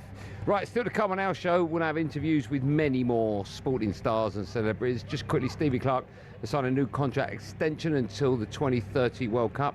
Yannick Sinner is out the French Open in the second round as well.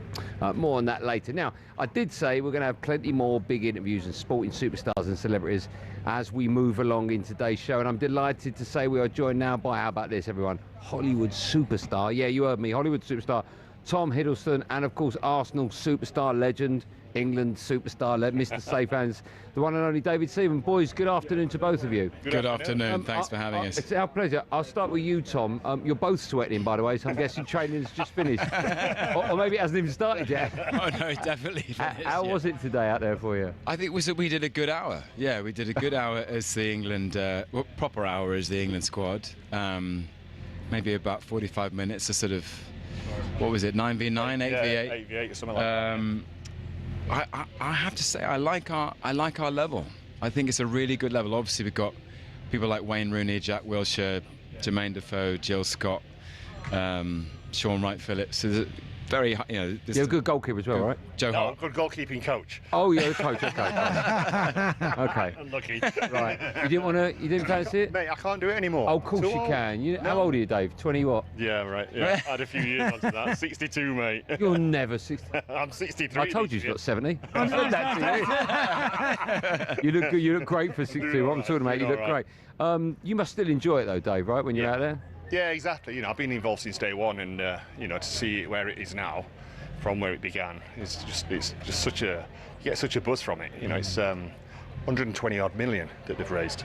You know, and then to see where it goes. You've been on some of the campaigns, haven't you? I have. I've been in a really privileged position of being invited to see UNICEF's work in the field, to see what they do for children. You know, they are the most powerful, most efficient, most well-organized humanitarian aid organization in the world for children. That's what the C in UNICEF stands for. They exist to help and protect children, and been out to South Sudan. I recently went to Moldova to see their work with Ukrainian refugee children, and what moves me every year is it's the most joyful day.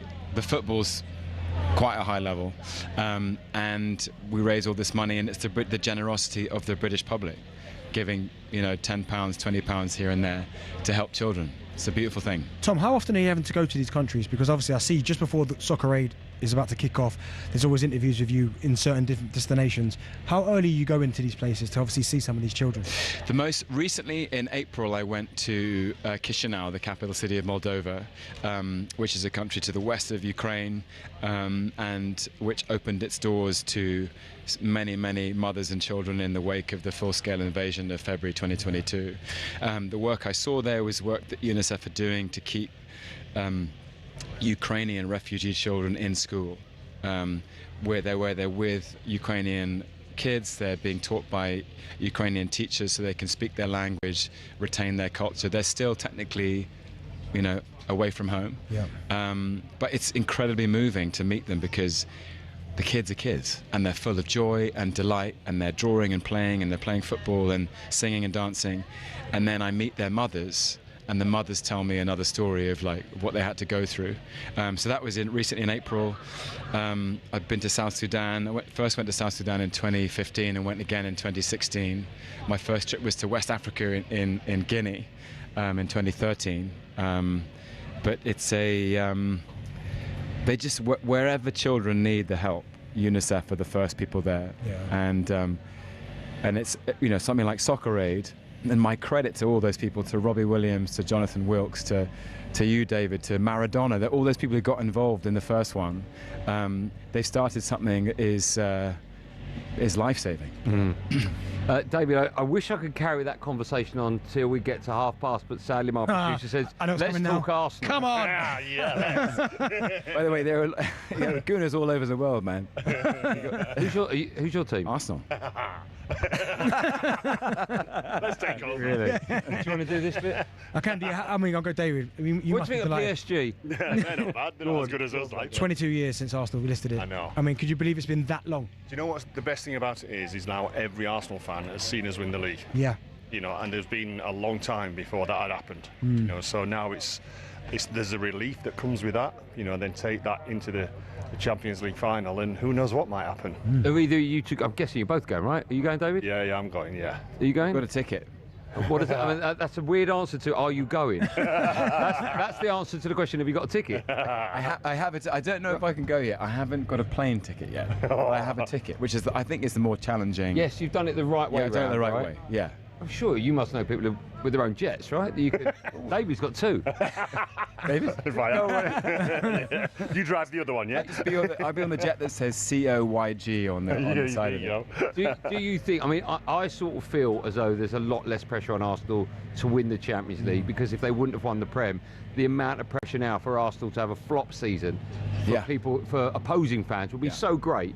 But now that you've got that in the bag, do you feel, not that it's a free hit, because that sounds nuts as Champions League final, but do you understand what I'm saying? I totally do. I can really relate it actually to, there's a transferential thing being an actor. You have a big opening night, and like all the press are in, the critics, your mum, your wife, your nephew, like everyone you know and love is in that night. And there's a sense of anticipation, right? You want it to be a great night. And often you can give a great show and the reviews are great, and the next day, the show is leagues better when the pressure's off, because you've won it already. You've got the 5-star reviews. Nice. You've opened the show.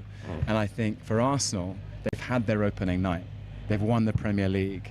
And so this is the next show, and they'll be playing with wind beneath their wings, you know, no pressure. I like this. There'll just be that sense of freedom. I think if they hadn't won the Premier League, there'd be tension. and now they've got something, and they know they're champions. They're the best team in England, which is the best league in the world. It's a really hard league to win, and I think, in the words of Alan Shearer, if there's a team to beat PSG, it's Arsenal. Did he say? I don't remember saying it. He said that. He said that. You're such a good actor. You might have just made that. In the words of William Shakespeare. Did he really say that, William Shakespeare? David, the words of William Shakespeare, once more unto the breach, dear friends, once more. What's going on now? I'll explain who William Shakespeare is later. Now, we've got to ask you about Arteta. I mean, a lot of people, even though he's done a fantastic job at Arsenal, there were the opening couple of seasons where maybe some fans weren't convinced. You've obviously worked with Arsene Wenger, George Graham also as well. Can Arteta, do you think, reach those levels, or do you think he's there now after this first Premier League title? No, I still think that level can go higher. Yeah. Especially now that they've won this one. Because it's just took so much pressure off the lads now. Yeah. And I think next season that they'll play with a little bit more freedom. And I think we agree that we didn't play the best football towards the end of the season, but it was effective football. Of course. And it was about winning results. It wasn't about playing great and maybe drawing. We needed to win the games, and that's exactly what we did. But with him, honestly, I go up to the training ground once a week, and he leaves no stone unturned. No. His attention to detail is unreal. Wow. Can I say, as a fan? Of course you can. The time he took over, that Arsenal are not in the shape they'd like to be in, and every successive year he's made them better. Like, yes, they finished second 3 times, but then they finished top, and I think that tells you a lot about the kind of leader he is, and the kind of lawnmower we've got. I just thought, if it was a lawnmower, I'd forgive him. But it's a bloke with like a little. It's a leaf blower. Yeah, I mean, he's blown off 2 leaves. It's a strange way to go about getting yourself sacked. Let me ask you. You famously, I've got to get this right, but you did some kind of speech on how the Arsenal players should cope with the pressure. Is that right? How did all that come about? That was fascinating to me. How did all that come about? So I was invited onto Friday Night Football by Roman Kemp. The Friday night before the City-Arsenal game in April. And I was next to Alan Pardew, and I said, look, Roman, I'm an actor, don't you? I'm not a football manager or an expert. So there's nothing really I can say to add. I'm not going to talk tactics. I don't feel qualified to talk about Arsenal's style of play. There are people better qualified, like your good selves, to talk about that. But what I do understand is pressure, because I've been under pressure to execute at a high level and deliver for people. And when I was in the first Avengers film, and it was the very first one. So can I say, when you said that, all 3 of us went, we know he was in the Avengers. He's talking about it now. Everyone is. Yeah, good. But we just picked that up for you. Sorry, yeah. But the first one, we hadn't. So funny. There's no guarantee of success, I suppose, is what I'm trying to say. And we were making this thing, not knowing if it was going to work, and for 7 months of 2011, all of us worked around the clock all summer to make a great film, and we felt under pressure. We wanted it to be a great film for the fans, a great film for the studio. And I look back on that. I remember the pressure. I remember feeling it. But I look back on that time as a period of my life I'm so grateful for, because I felt so alive. There was so much at stake.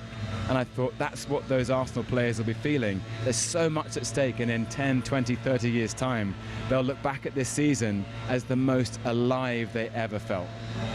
That's good. Mikel even played it to the lads. Yeah. Didn't he? Yeah. You're probably the reason why. What's that? Do you know what? I bet the Bournemouth players played that before the Man City game as well. Thank you so much for coming. Thank you, what an honour and a pleasure, both of you, David, as well. Pleasure, Thank you. Pleasure. Thanks for having us. It's our pleasure. Enjoy. We'll see you tomorrow. You're here, obviously, See you training, tomorrow. and then the big one at the weekend. So good luck with that. Yeah. We're going to have a quick break. Although the 4 of us in that break will be just off to smash up a leaf blowing machine. More from me and Benty and a broken machine. It'll be on eBay for a buy it now price of about 40 quid. Right after this, Lara and Drive and talkSPORT. See you in a second.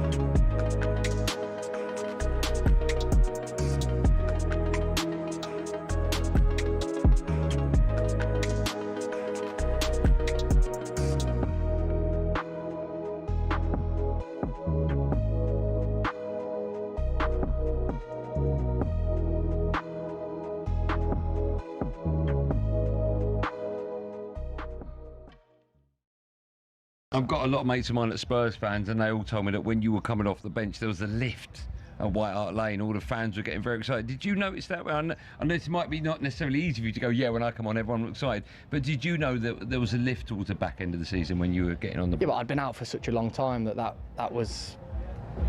I kind of expected that, maybe not to the level that the reception they gave me on my first game back, but if Kulusevski came back, he'd get the same. Yep. I think that when you're out for that long and the fans don't see you for that long, especially when you're an attacking player, I feel like the attacking players always get a little bit more love, a little bit more excitement about you being back. If a centre half coming back from a long injury, it's probably not as exciting because they're not the goal scorers. But no, I'm truly grateful for the reception they gave me, because it was amazing for me and my family to experience that. Yeah. James, I've got to say, I mean, by Spurs standard, of course, we know it wasn't a great season, but what was that feeling like in the dressing room afterwards, when all the emotions not gone, but you've gone inside now, you have survived? What was that emotion like in the dressing room? Just pure relief, mate. Yeah, pure relief. Like, a few people were questioning why we were like celebrating almost. We wasn't celebrating joy and happiness. It was relief, mate. It was a massive pressure game. There was a lot on the line, so we prepared for it like we prepared for the Europa League final. You know what I mean? There was that much on the line, if not more, probably. Yeah. So the celebrations at the end, which obviously the fun police come out and have a little bit of a go at, was more relief. Just the fact that we have managed to dig deep and get that last win, because I knew West Ham would win against Leeds. You could feel it. West Ham at home. West Ham have got great fans as well. We knew that place would be rocking and they'd probably get a result, so we knew we had to get something. And when you were playing in that last game of the season, you were 1-up and then West Ham scored. Did you know on the pitch? I was warming up and there was a fella behind me who just went, Matters, West Ham scored. You know? Okay. And I was just like, well, I just said, calm, mate, we're 1-0 up, just don't even worry about that. And then he said, Matters, West Ham are 2-0 up. And I was like, mate, I just told you, just calm down. Stop talking. But we managed. Steve Clarke has extended his Scotland contract to the end of the 2030 World Cup. Over the last 7 years, Clarke has led the Tartan Army to 3 major tournaments, including their first World Cup since 1998. Elsewhere, Oliver Glasner is riding off into the sunset after winning the Conference League, and another former Palace boss, Alan Pardew, is urging the club to now hang on to Adam Wharton. Very much a key player in terms of opening the door for a team, and in the Premier League they're very, very rare. We're told Barcelona wants Anthony Gordon because he can play up front as well as out wide. Our chief football correspondent is Alex Crook. What does it mean for Marcus Rashford? That's the big question, because of course he's been on loan. I think Barcelona probably would prefer to loan him for another year. We've heard Barca have agreed a £70 million deal with Newcastle for Gordon. The Catalans are also chasing Julian Alvarez, but Atletico Madrid want at least 90 million quid. And the man who's correctly predicted every World Cup winner since 2014 says it's finally time for the Dutch to break their duck. The benefit that a team like the Netherlands has is they've got high quality and informed players across the entire pitch. There isn't a single weakness. German economist Joachim Clement has got England reaching the semis. Plenty more at talksport.com.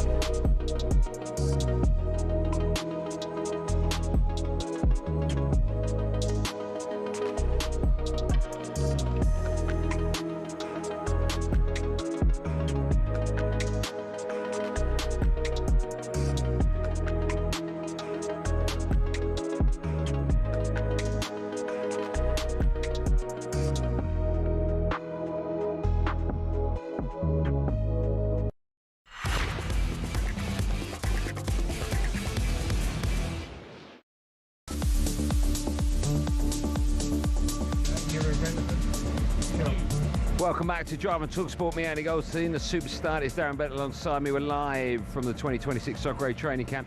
Of course, a reminder to get your ticket. Go get your tickets now. You can go by heading to www.socceraid.org.uk/tickets. It's also live on talkSPORT this Sunday night from 6 p.m. Still to come on our show, we'll discuss the future of England's Morgan Rogers. Will he be at Villa next season? But now we've got a very special guest alongside us. He's the former British and Irish Lion. He made 95 appearances for England, got banished in the final of Celebrity Traitors, but more importantly, he's Giacomo's #1. Sure. It is none other than the legend. Oh, what a CV. Cheers, mate. That is Joe Marler. How are you, Joe Marler? Yeah. Andy Goldstein, I'm great. How are you? Good. I like the way you've still got your goalkeeper's gloves on. Do you want the truth? No. It takes about half hour to get them off. Why? They're too small. Do you want to do it for you now? Let's do it. Yeah, I'll hold. Oh, you do it. Oh, I see. There's no Velcro around it. Oh my God, look at that. Oh.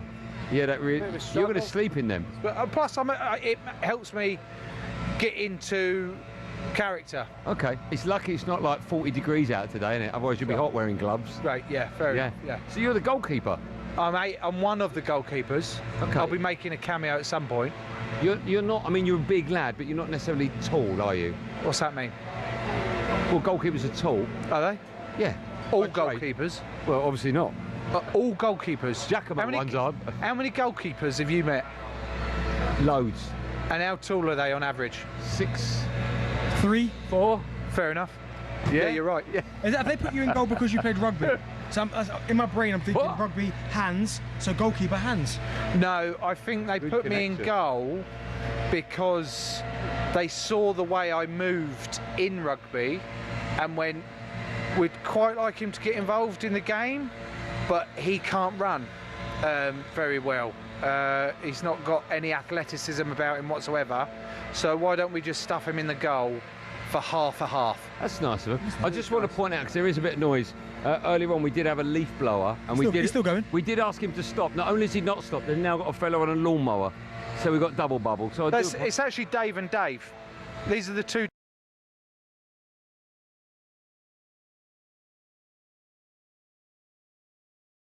Can you tell them if they want to make it 5 years to turn them off? Sure. Dave! And the other one? And the other? Dave! I think that worked, didn't it? I don't think, well, I mean, the sound tells us it Well, did you're the work. boss, mate. You go and do it. Stop it. Go and do it. Have you played in Soccer Aid before? No, Bentley's played years Have you and years played? ago. Yeah, years Why ago, aren't you playing anymore? Oh, it's listen, that's bone the of sort of contention. What do you mean? Do you want to be the big thing? Is if I had a friend, right, who was like the face of Soccer Aid, and like one of the most important people, Go for him. Don't go for him. I would be able to get them in. Silly boy. Right? So I'd expect Andy, who's best friends with... Thanks, Dave. And Dave. And Dave. Both Daves. Thanks, Dave. The two Daves. Yeah, basically I expected Andy to be able to get me in, he can't. It's quite a long That's story nothing short. to do with me. I don't have that power. So here's the thing. So we do this show every year. Yeah. And tomorrow, every year, we'll train with Team England. Sure.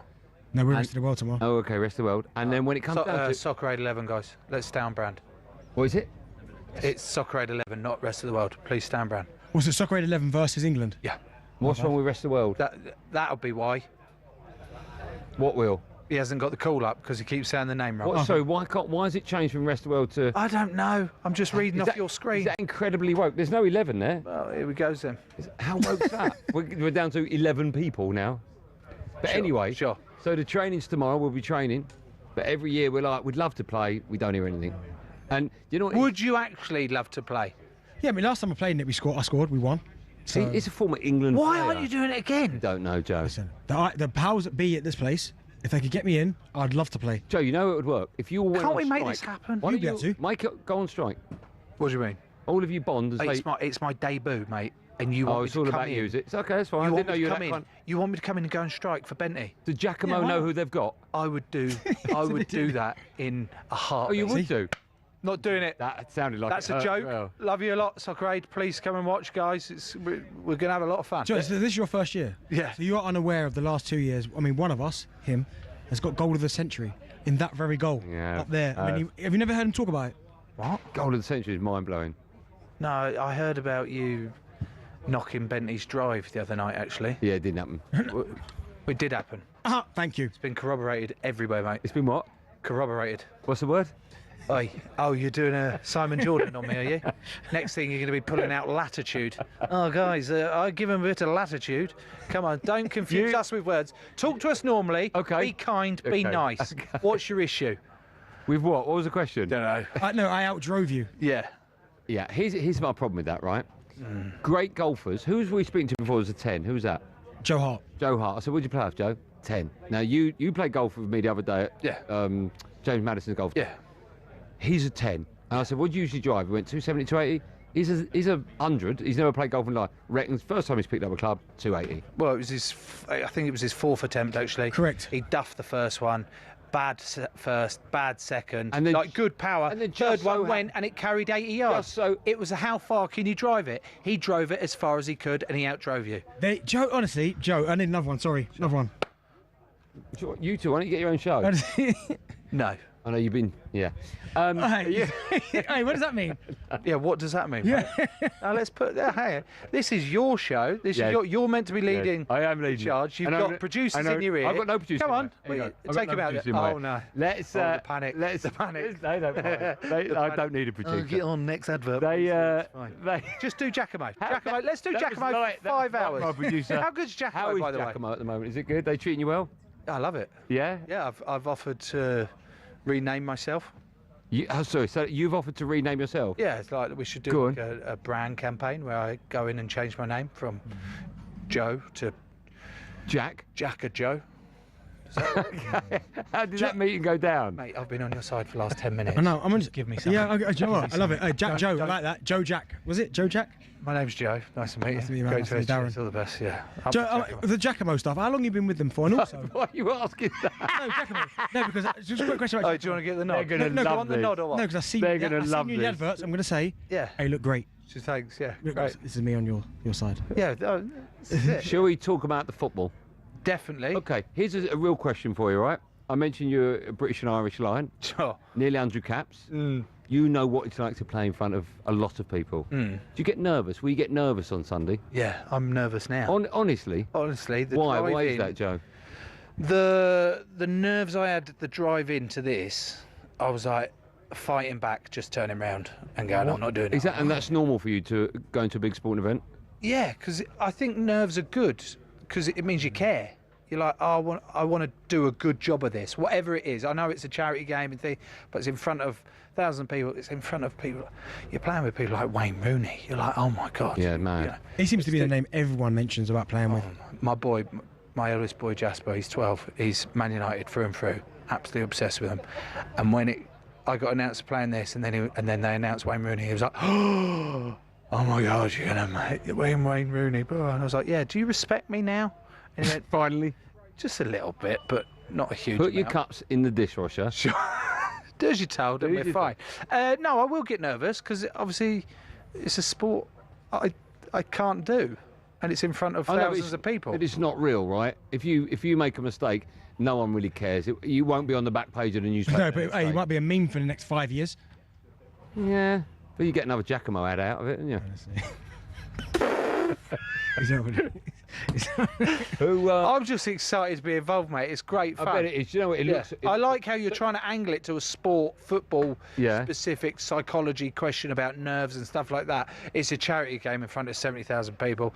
I'm buzzing to be involved in whatever capacity it is, 100%. and I'll just have a laugh. If I mess up, I mess up. I can only do my best. Do you know what I mean? It's the same with you as your golf and your pool as well. Yes, thank you. You're smashing it. Why haven't you left yet? Anyway, I'm leaving in about. Why don't you go 45 earlier? And actually, me and Benny will do this. Benny can lead. He's a great lead now. You've been. He's been under your. He's been under what? Under his wing. What's he been under? I told you to keep that quiet, Joe, didn't I? That's between you and I. What goes off the pitch stays off the pitch. There's a dump button in there. Under his wing. I tell you what. There is now. I think that done button was used about 8 minutes ago. I've got to leave now, guys. I'd be more than happy to leave and get a bit of practice in, but I'm a pro and I'm here to the bitter end. Well, 30 minutes before the bitter end. So you two are playing tomorrow, though, are you? Here. Are you playing training? practice? Yeah, I'll train. Yep. Okay, yes, Why we not? are. Okay. Yeah.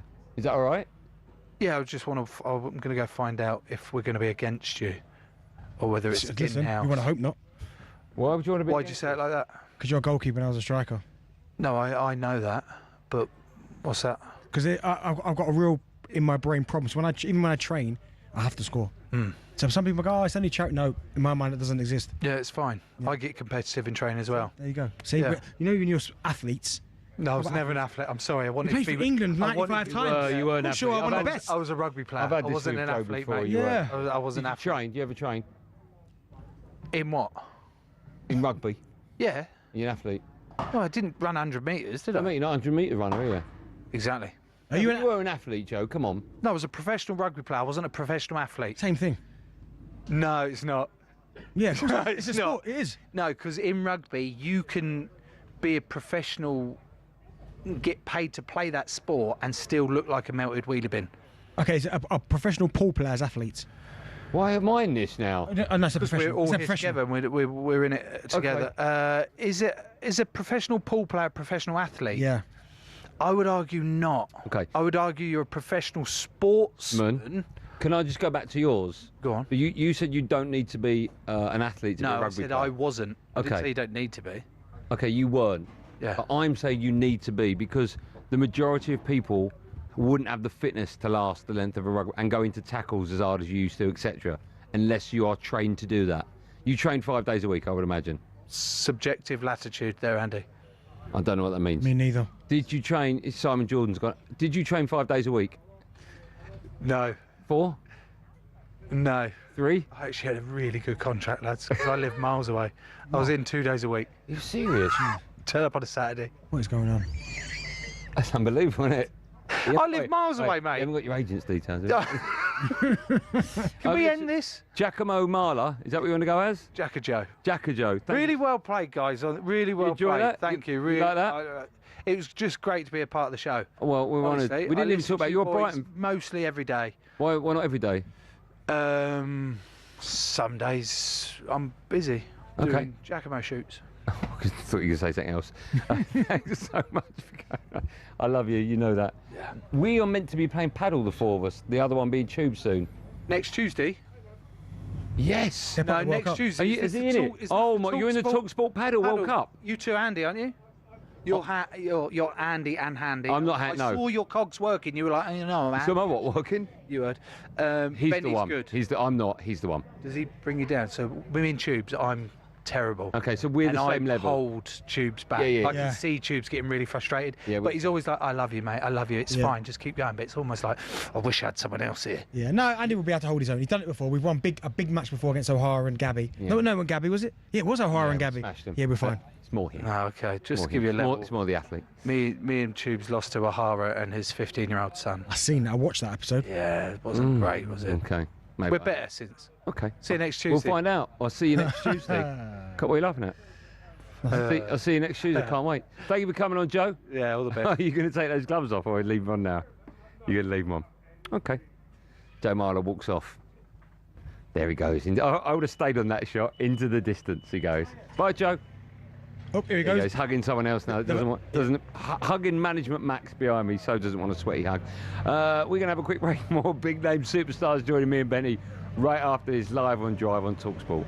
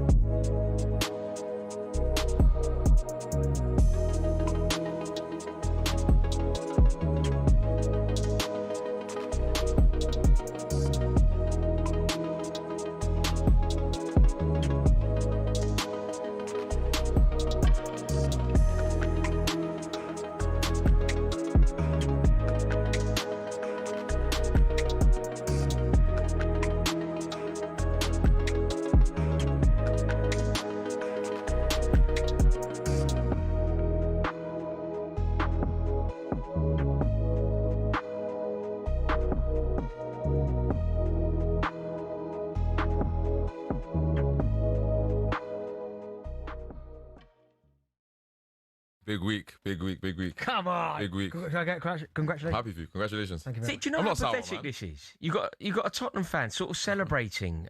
That you can't celebrate. You come in Straight in. I mean, Straight. you Bro, can't at do least that. like maybe a cup of tea first. Like, bro, straight in. No, mate, because your entire gait and approach is wrong. This is unjust. This isn't how it works. Darren sitting next to me, giving it to Big Un, is just about fair enough. They're champions. They can get away with it. You can't come in here as a Tottenham fan and celebrate. You've got to celebrate. You're smiling. Where did you finish? What did you celebrate? Where did you finish? I'm not celebrating. Where did you finish? No, we finished mid-table. I'll put something to you. We had the same season as you. I kind of agree with that. I just think it's crazy that you came in here. You came in here like the cat that got the cream. No. This is the thing. I think what people are confused about. No one celebrated finishing 17th. We celebrated the fact that we're not going to be in the championship. You don't get that. What don't you get about that? No one wants to be 17th, but once we're in a relegation fight, you want me to be upset that we're staying up, bro? I'm happy, bro. I think it's shameful that you can find anything to celebrate at the moment. And this is the thing that Tottenham fans are doing. They're sort of going, we kind of won. We won. We succeeded. We made it. Like, no, you lost. The fact that we're having this conversation. It's we're having this conversation. He's coming in for a different level of smoke. Yeah, he has. I had an ice cream earlier. He has. No, literally, I was enjoying the weather. Yeah, he's coming in on war, honestly. Crazy. I just can't believe it. I've witnessed you in real life. You've walked through the door like the cat. You want me to come in here? It's 30 degrees outside. How do you want me to walk in? I think you should come in here very reticent and basically say, "Oh my God, by the skin of our teeth, we got away." Bro, you know I don't play for Spurs, right? You know that. I got my whole own thing going on. No, I don't really get it. But what I do have to do is give a lot of credit to Roberto De Zerbi. Yeah, fair enough. He done his job. He done well. He changed the direction. That was the last swing of the bat. Get ready to get the ultimate football fan winning feeling with talkSPORT Win.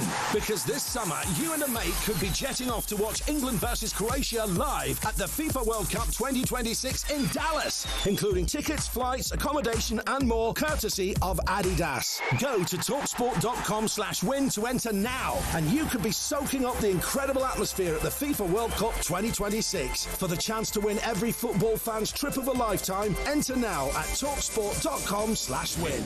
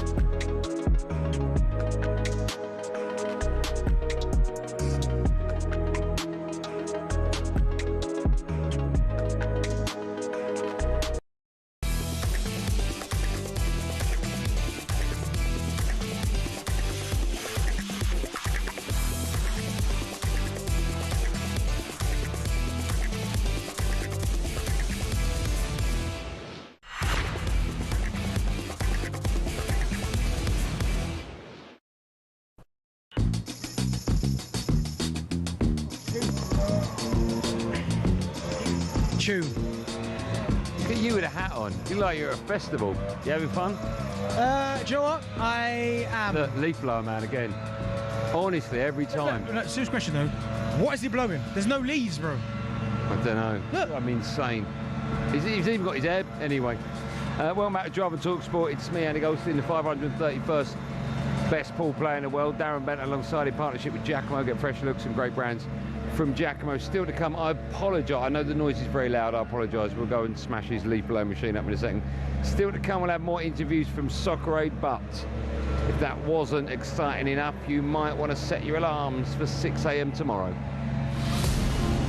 Arsenal fans, it's been a rough ride over the last few years. I think it's more like stay crumble for Arsenal rather than stay humble. We know how their season goes. Lent began yesterday. Are you aware of this? Mikel Arteta apparently has given up winning. They will crumble under the pressure, and they absolutely did. But all of that has changed.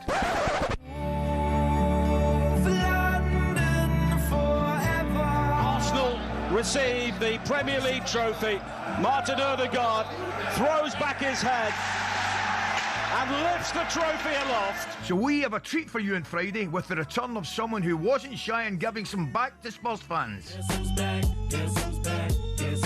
I heard, wow, wow, wow, wow. That's the best thing I can do on a Monday morning. I can call up talkSPORT and cry about how much Arsenal fans are having a great season. She's been away for 1,064 days, but on Friday morning, she is back. The biggest gunner around, Laura Woods, will be alongside me for all 4 hours of the breakfast show live from Budapest, ahead, of course, the Champions League final. I'd suggest Ahara, Durham, Goldstein and Cundy turn their radios off. 6 a.m. Friday, don't miss it. Laura Woods, back on breakfast. Yeah, it's Friday after 1,064 days away. Laura Woods is back. Her and Ali McCoy will be reunited for a Champions League final breakfast show special coming to you live from Budapest. How about that? All-star guests and the best preview guaranteed as Arsenal aim to complete a historic double live on talkSPORT. Right? Obviously, are you nervous about that one? Nope, not at all. Not at all? Nope. Where are you going to be watching it? See, this I'm not quite sure. I mean, part of me wants to watch it at home. Then I thought, do I take the kids to the stadium and watch the actual game? But then Is that what they're doing? They're putting a big screen yeah, up? but I'm thinking I've got young kids. It's gonna be carnage taking them down there. Yeah, that will be. I know it's gonna happen. I'm gonna end up just watching it at home. Do you know what? I don't know if it's an age thing, but sometimes I quite like when I watch football. I like listening to commentary, and when you go to the pub, you can't hear anything. No. And then every so often you go, you're around, and you go like, oh, and then you're at the bar. There's a goal, and you go, I missed it. There's nothing better than sitting on sometimes. And listen, live sport, I get it. But when you sit on your sofa, in front of your TV, like my kids will be there or thereabouts, but I can just watch it comfortably. I can do what I want, get up, scream at the TV, walk about. Yeah, you know what I mean? yeah. I know So sometimes the best place is to watch it in front of your TV. But I think if Arsenal hadn't won the league, I'd be a bag of nerves now. I was going to ask how you're feeling ahead of it. Yeah, bag of nerves. But now, because if you lose it, right, how will you feel after? Will it be? It doesn't matter. We won the Premier League. Or will you be devastated? Right. It's a Champions League final. I get it, right? But part of me would be, and this is, I'm trying to convince myself to be like, oh my goodness. But part of me might be like, do you know why? Because no one expects us to win it. All I've heard all week is PSG win this 4-0. PSG win this 4-0. Do you know what I mean? So if Arsenal get beat 1-0, people go, I told you get beat. I go, fair enough. But for me, the last 3 seasons of Arsenal improving every year, but people saying they didn't have what it takes to get it over the line. The league is the one I wanted more than anything. Next season, different story. This season, I wanted the league. Yeah. Okay. What do you think the score will be? 2-1 Arsenal. I've seen it. Gabriel header. What do you mean seen it? In my thoughts. All right. Okay. That cross comes in. I've just got a feeling Gabriel header. Bang. Okay, you have seen it. Right, we're going to have a quick break. When we come out the last hour, my goodness, it's flown by. We've still got loads of big name special guests. And of course, 6 o'clock means we're just 90 minutes away from Gale Force Goldstein's. The 531st player in the world. That's confirmed. I'm ranked that now, 531. And if I win tonight, I'll probably be top 300. Would you? Yeah, mate. I'm going to the last 64 to UK if I win tonight. If you win that and go down to that 261. Oh, my goodness. Why have you pulled that number out of the air? 261? Well, you're 531. So, like, what does that why mean? not? Halve it. Yeah, exactly. And add a few. Right, we're going to have a quick break. The last hour of a very special drive time show coming your way live from Soccer Aid. It's training day 1 right after this.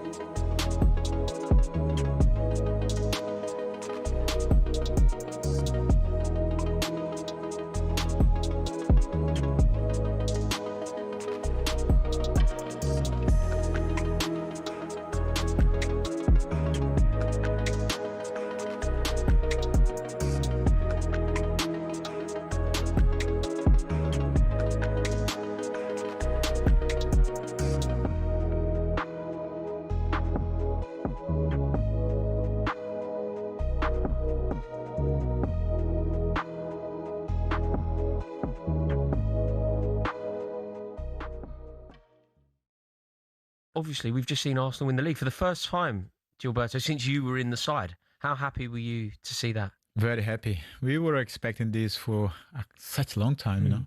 It's a long way since when we won back in 2004. But they deserve, you know, the last few years has been very tough to them to become second and chasing the title, but in the end, you know, something happened, they lost. But I was very happy, you know, expecting this moment, and to be honest, I was glad they won it in advance before the last game, because it would be a huge pressure. I think all of us are celebrating, you know, the moment, and they deserve it. Gilberto, can you believe it's been such a long time? Because Arsenal are a big football club, and you look at it, you won it back in 2004, and there's been 22 years, and Arsenal haven't won it.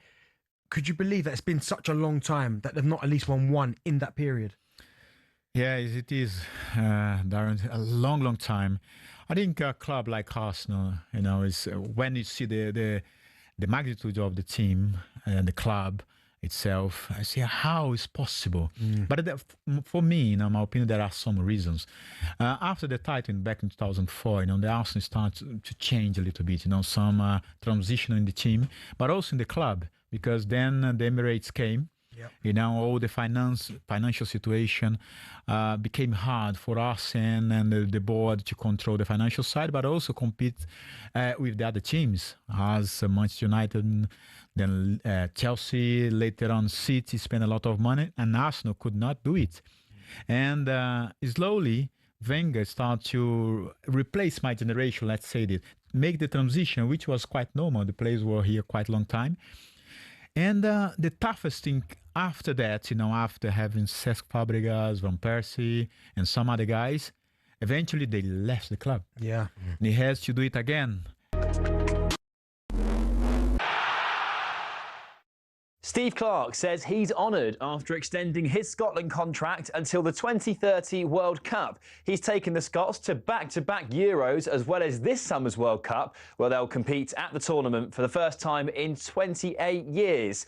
Elsewhere, should Palace bend over backwards to keep hold of Oliver Glasner? Their former chairman, Simon Jordan, says no. You cannot run a football club like Crystal Palace by giving a manager exactly what he wants. If it doesn't go the way that he wants it to go, you'll be left with a car crash and he'll be off somewhere else plying his trade with no consequence. Serena Williams is expected to come out of retirement and enter the doubles at Queen's Club next month. The 44-year-old's last professional match was in 2022. Elsewhere in the world of tennis, the door has been left open ajar for Novak Djokovic to win a record-breaking 25th Grand Slam after Yannick Sinner was knocked out of the French Open. Anthony Gordon is in Barcelona for his medical after a £70 million deal was agreed with Newcastle. Meanwhile, Barca are still chasing Julian Alvarez, but Atletico Madrid wants at least £90 million. We understand the Argentine forward would love to go there. The man who's correctly predicted every World Cup winner since 2014 says it's finally time for the Netherlands to break their duck. There isn't a single weakness. And on top of it, they have a really good defense. And as we all know, attack wins matches, defense wins championships. German economist Joachim Clement has told us England will reach the semis. The kickboxer who nearly beat Alexander Usyk has told talkSPORT he's got plenty of fresh tricks for a rematch. How are we going to nail it in the wood? We can do it with a hammer. We can do it with a sledgehammer. We can do it with the fist, whatever. We can do it with in different ways. So for the next one, you're going to be surprised again. Rico Verhoeven speaking there, but Spencer Oliver says WBC interim champ Ajit Kabayel should be next. Off the back of that performance, Kabayel 100% beats Usyk off that. If that Usyk turns up in their next fight, Kabayel wins. And there's plenty more on the talkSPORT boxing YouTube channel.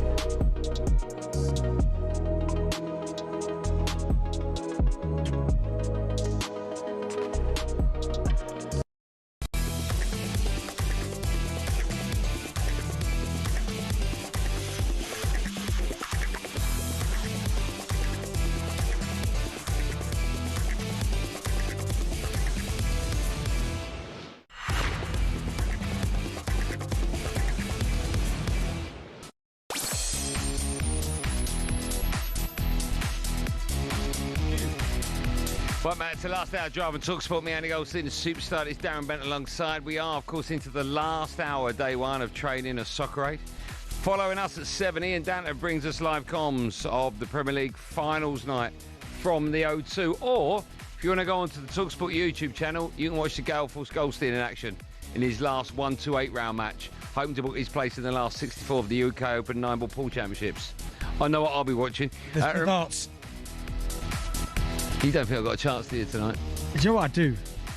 I don't. I don't know. I don't. What? No.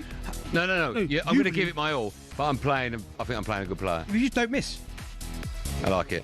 I was just testing you. Don't miss. A reminder, this Sunday, talkSPORT brings you all the action from the London Stadium.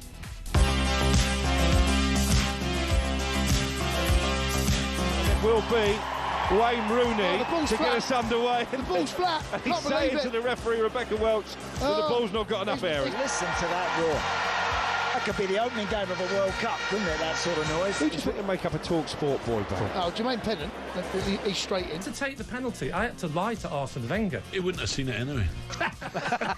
Jamie O'Hara will fancy himself a bit of a boy band. Oh, but Aaron Lennon. Lovely bit of juggling. Tevez has rugby tackled him. He's absolutely cleaned him out. Simon Jordan's going to be the promoter, isn't he? Are you going to have that, Simon? Danny Dyer has called you a snob. Surely Dean Saunders, a bit of a Welsh crooner. Oh, Dean Saunders, he's not a boy band. It'd have to be a good boy band. Oh, well, I'm in then. Tommy Fury there just threw his right foot at that. It was like one of his right hands. Unfortunately, it didn't make contact. Soccer Aid for UNICEF on talkSPORT. Get stuck in, Danny Dyer. Go on, son. Go on, sunshine. So just to tell you where we're at the moment, if you're watching on YouTube, you may know we've got lovely shots of the training area that's now empty. All the players have finished their training session for today. The sun is still shining. What are they doing now? They're having ice baths? What are they doing? Well, the ice baths are up there, sponsored by Old Spice. Yeah. They're up there. But now they'll be recovering, probably getting to know each other. 1 or 2 drinks will be flowing in there. But, Joe, when I played in Soccer Aid a while ago, I trained Monday to Friday. I know. You were away for a week back then. Yeah. Then you travelled up on the Saturday.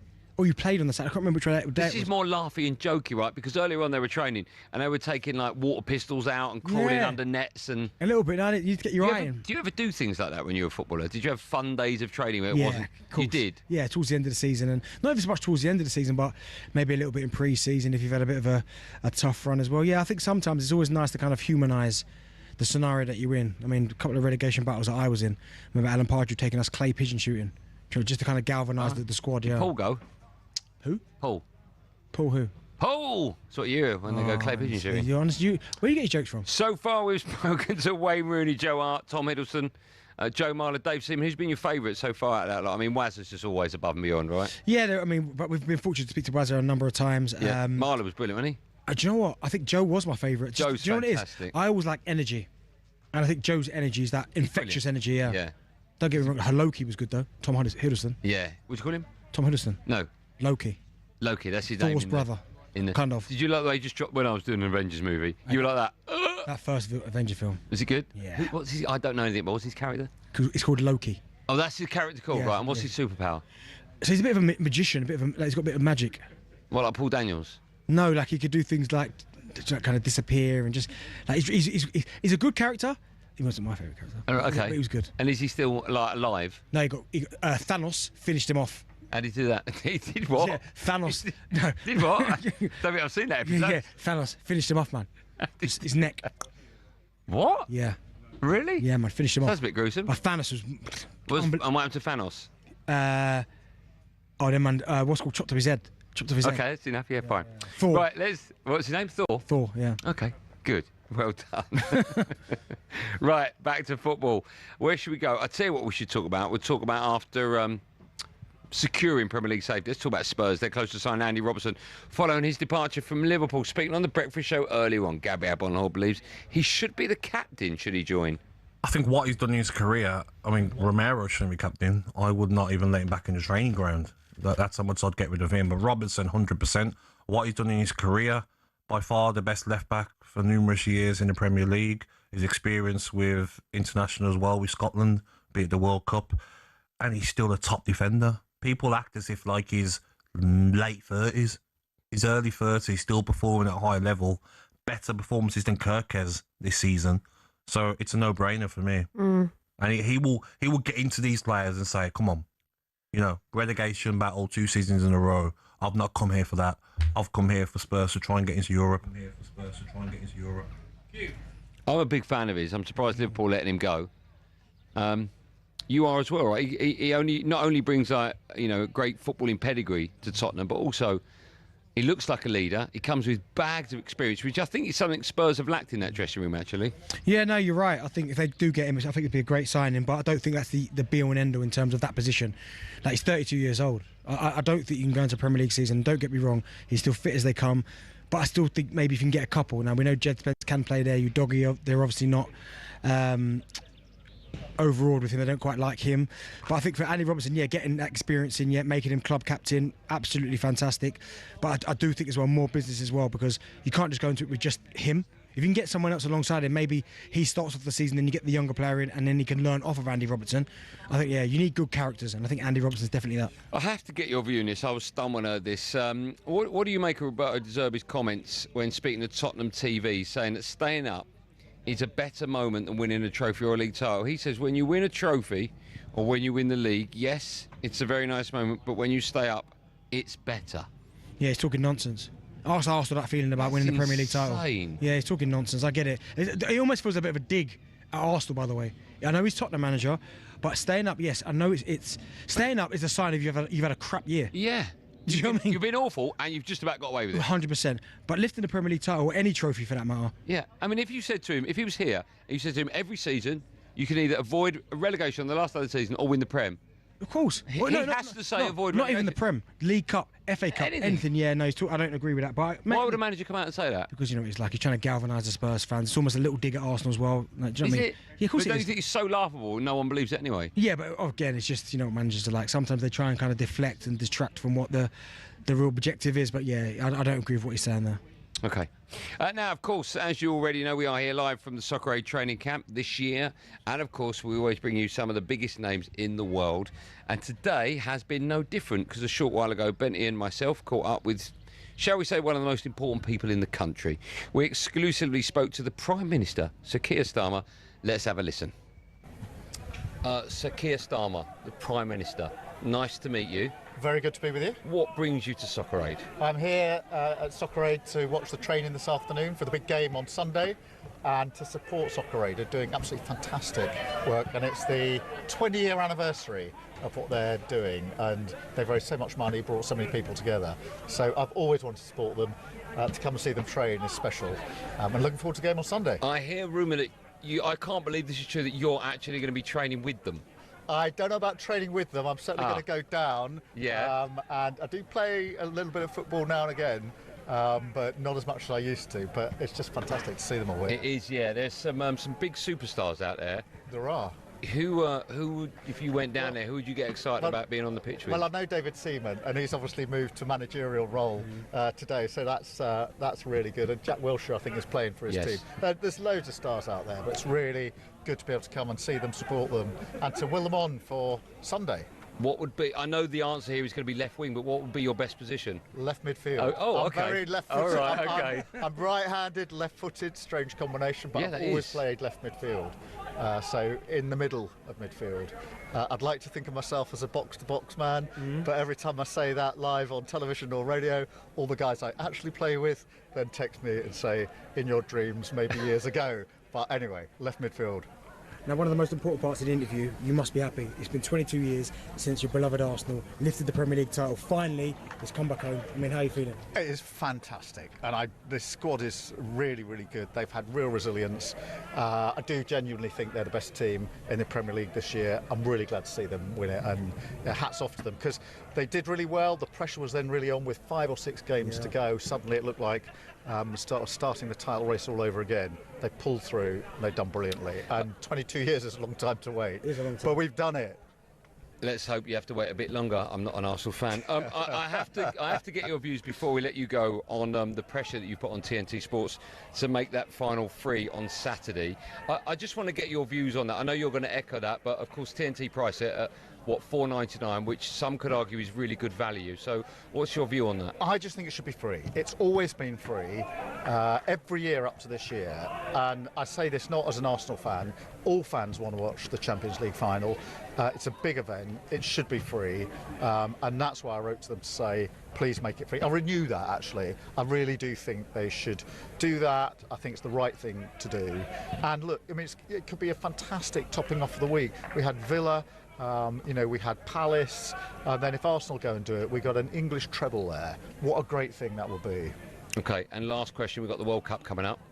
How important is it that we bring home the World Cup to lift the nation? Oh, so important. It would be fantastic. Obviously, last done under a Labour government. Let's hope it can be done under a Labour government again. But look, he's got a great squad. He's got some real talent in there, some really exciting mix of, you know, people who've been there before, people coming in for the first time. Really interesting lineup there. Great players. Let's go out there. Let's bring it back home. We've tried it so often, but we've got to bring it back. Thank you for your time this afternoon. If you do take part in the train, I've got some shin pads you might want to Won't be borrow. seeing some of of what's been going on. Yeah, there's a lot of two-footers out there. You've got to be careful. You've got to be careful. If I walk into Prime Minister's questions with I think it'll be worse. on crutches, I think it'll be I'll worse. a lot of explaining to do. Yeah. Good luck anyway. I might Thank you take so up on much. that. Thanks so much. Cheers. Thank you. Thanks so much. Thank you. Thank you.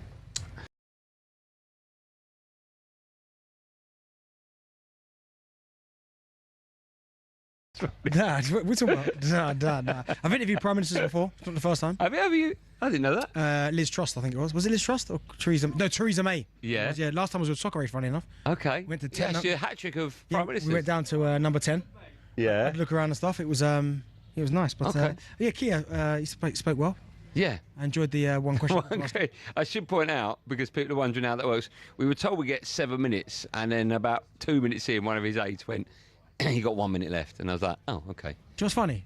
I don't know if maybe it's at the level that he's at. Yeah. I remember when I interviewed The Rock, Dwayne Johnson. Well, I can't wait to see where this is going. Right, and going into it, they said you got, I think, say 10 minutes. Yeah. Right. This is with Emily Blunt as well. And Emily Blunt as well. I feel like I asked 4 minutes of questions. I looked at the woman behind them, and she went, like, she put 1 minute left. Yeah. Hold on, I've only been speaking for like 4 minutes. Yeah, they did it all the time. As soon as I asked that last question, so 5 minutes done. Did they cut you off? Did it cut me off? They just went, I just see her going. Oh, but they didn't cross over. You go, that's it? No, I should have kept going, shouldn't I? Yeah. We should have done up there. There was a little bit too much security. But no, yes, it's crazy that, innit? You talk about Tom Hiddleston, Loki, Avengers, Wayne Rooney, one of the greats, onto the Prime Minister. It's... Yeah. Wow. Yeah. We've had some great names today. Right, we're going to have a quick break. When we come back, we'll be talking about another great name. Well, two. We'll talk about Pep and we'll talk about Noel. They've had a little chat, Pep and Noel. They mentioned us. Did they? Yeah. So we'll be finding out just what they've said right after this Live and Drive.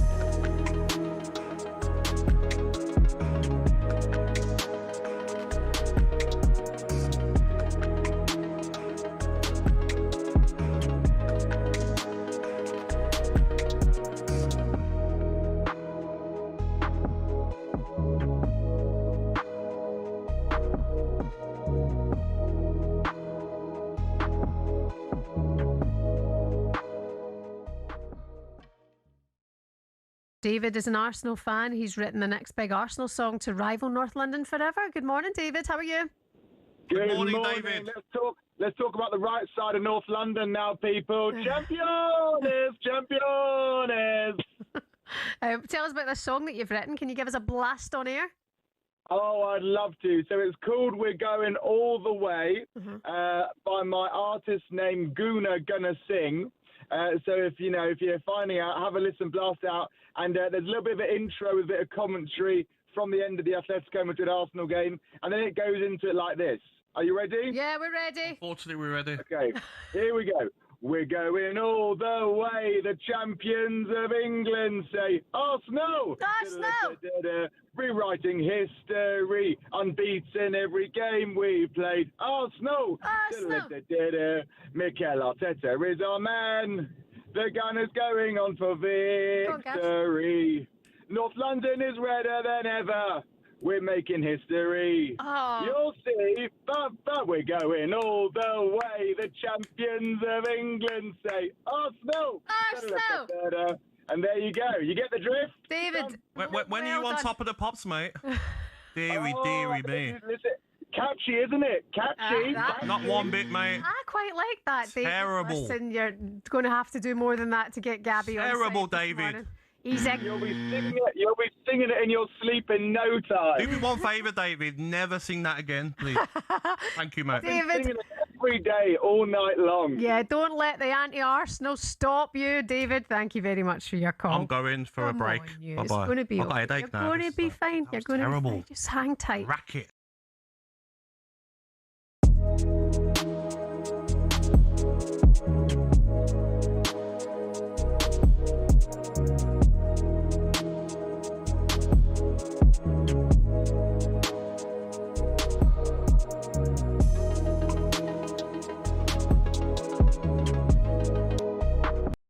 Get ready to get the ultimate football fan winning feeling with talkSPORT Win. Because this summer, you and a mate could be jetting off to watch England versus Croatia live at the FIFA World Cup 2026 in Dallas, including tickets, flights, accommodation and more, courtesy of Adidas. Go to talksport.com/win to enter now, and you could be soaking up the incredible atmosphere at the FIFA World Cup 2026. For the chance to win every football fan's trip of a lifetime, enter now at talksport.com/win.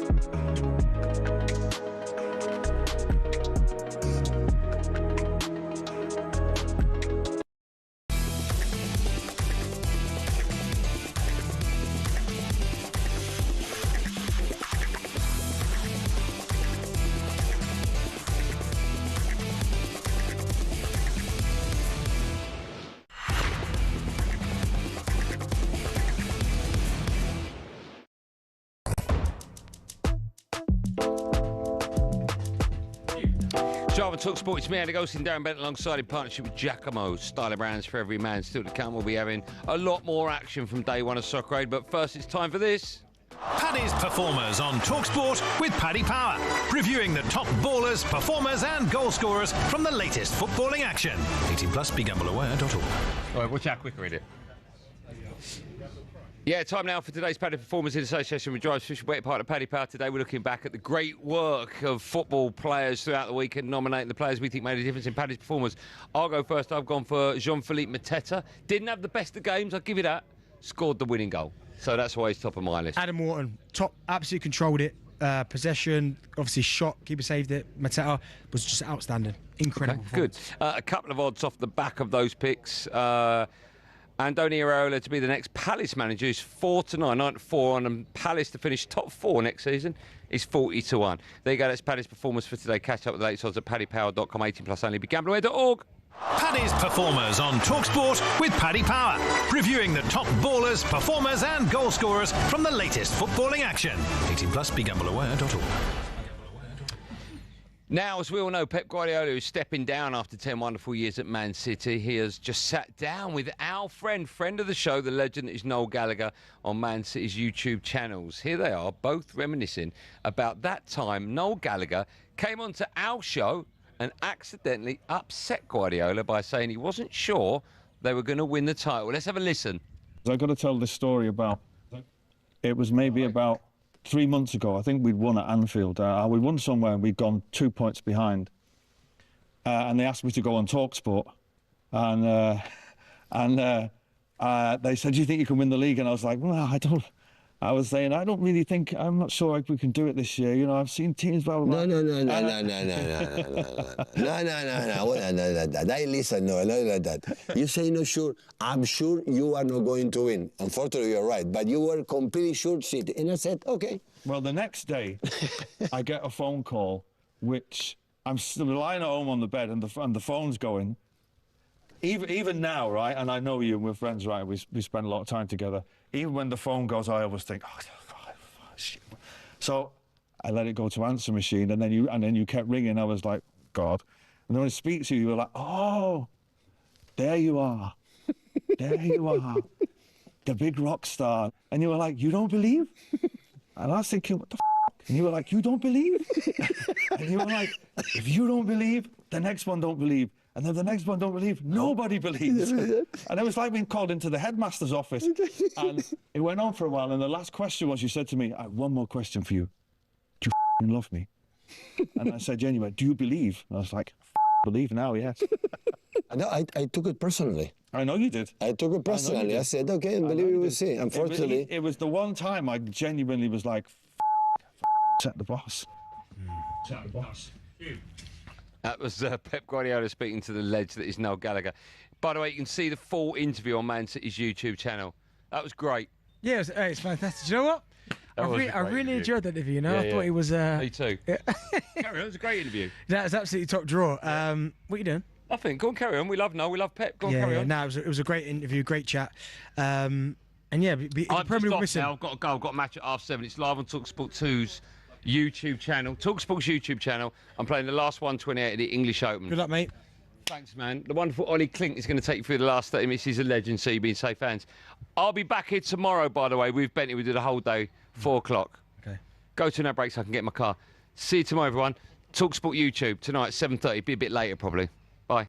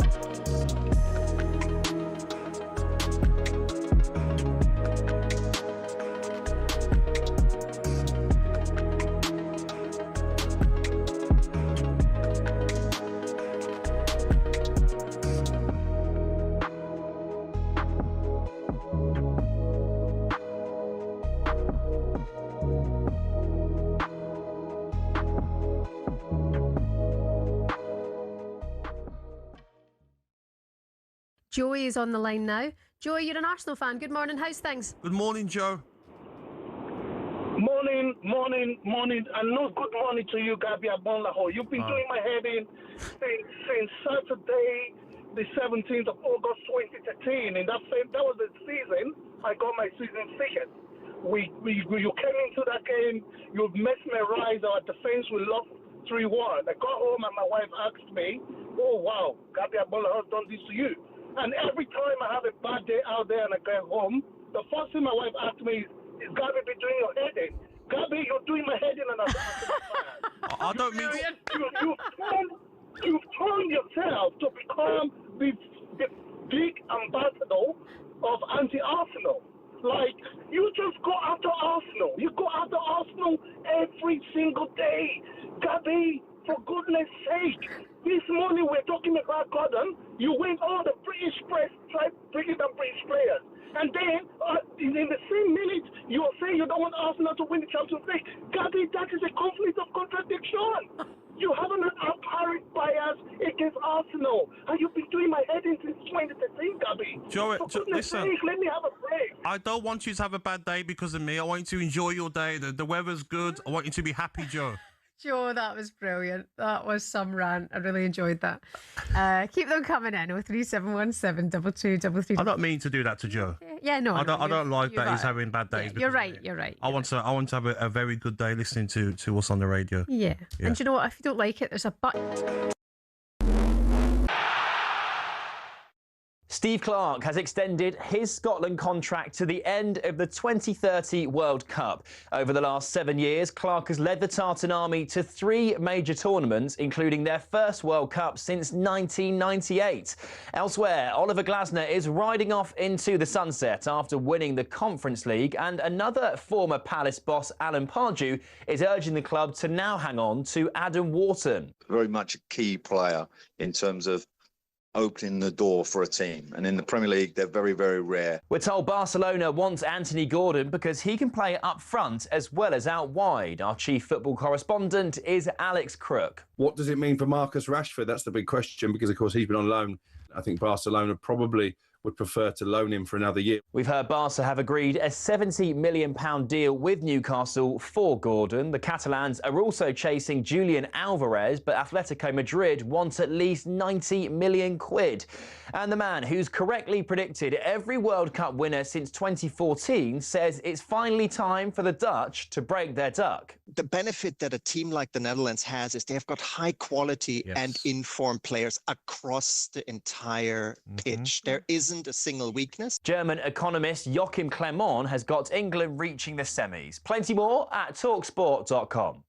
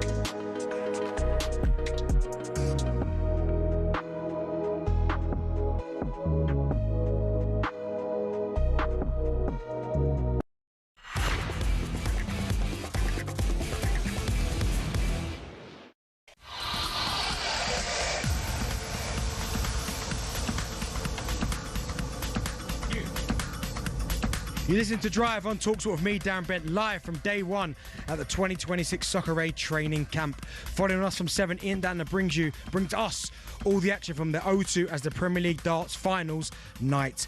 Now, because Andy can't handle 3 hours anymore, or he's just useless, I've been joined by talkSPORT's Ollie Klink, who's been out and about for us today. Ollie, the real king. How you doing, boss? I'm really good. How are you? I'm about to be fair. And listen, I'm not going to be saying anything else now because this is your time. You're now leading the show. So over to you, boss. Yeah, thank you very much, mate. It's funny, actually, isn't it? Because you've had a lot of big names today. But arguably, I'm up there, aren't I? Who have you had? You've had Wayne Rooney. Yep. England star. You've had Tom Hiddleston, Hollywood actor. Yeah, we've had someone who potentially runs the country. Yeah, Prime Minister, Keir Starmer. But you've also got the host of The Social on talkSPORT 2 on Mondays and Fridays between 3 and 5 p.m, Ollie Klink. So, yeah. I mean, I'd probably put him up there, I'll be honest. It's an upgrade. It is. No, do you know, whatever people say about Andy, this is an upgrade for sure. Do you think he wins tonight, by the way? No. I'm shocked he won 2 yesterday. Do you know what made me laugh? Earlier, he came up to me and was like, do you know what? If I win tonight, right, I'm in the top 100 players in the world. So he said? Yeah, and then I heard him say to you on air, I'll be in the top 300 players in the world. Honestly, do you know what? So, out of those 300 players, do you think he's the only one who wears Under Armour for a game of pool? Yes, because they're indoors and it's sweating, and he still wears underarm. I don't know why he does that, actually. It's a great shout, that. Yeah, neither do I.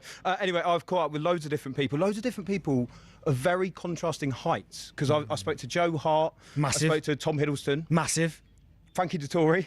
Had to bend down for that one. A bit tricky. But someone else I caught up with, and it was quite special for me because last year, you know how that went for me. Your ankle. Those people who don't know, there was a penalty shootout, and I took 3 penalties against Edwin van der Sar, scored them all. Beautiful. Sent him away a couple of them as well.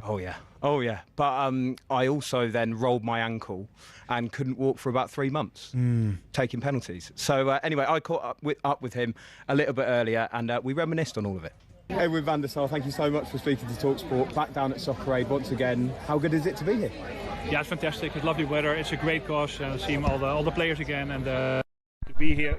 When you look at some of the players this year, obviously you're going to be teaming up again with Dimitar Berbatov. Wayne Rooney's also playing. Is it nice to be back with some of your old teammates? Yeah, of course. It's you had such a great time with them, a lot of success, and to see them after your career.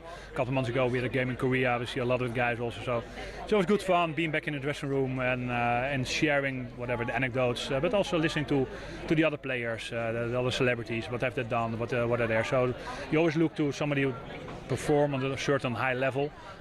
you have, I think, an instant connection.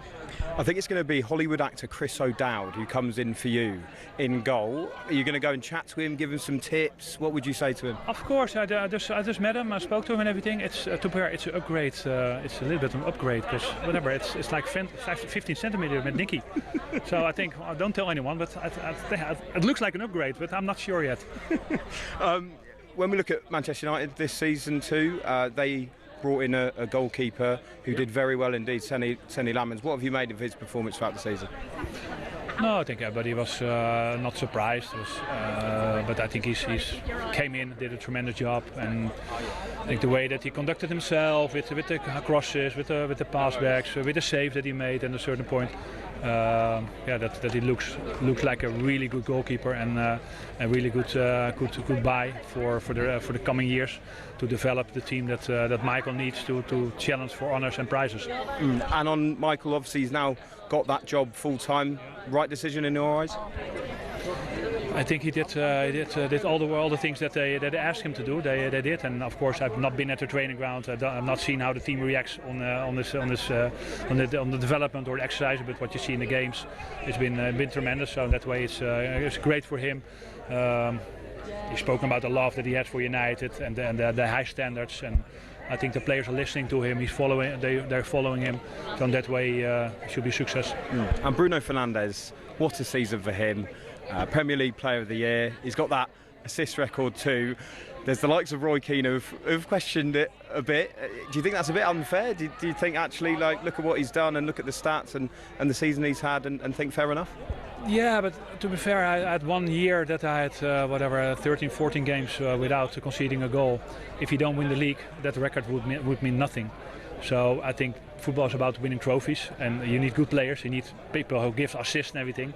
So it's nice that you have it, but the main thing is, of course, that and I think he will be the first one to say winning an FA Cup, challenging for the Premier League title, doing well in the Champions League. Those are the things where you're a football player for. Individual accolades are nice, but for me it's always been the team performance. It's interesting that, isn't it, from Van der Sar, Benty, where he says there that, look, you can win all the individual accolades like Bruno Fernandes has, Premier League Player of the Year, etc. But if you don't win trophies alongside that, it doesn't mean too much. Do you agree with that? Or do you actually think this will be very special for Bruno Fernandes and something that he'll be extremely proud of?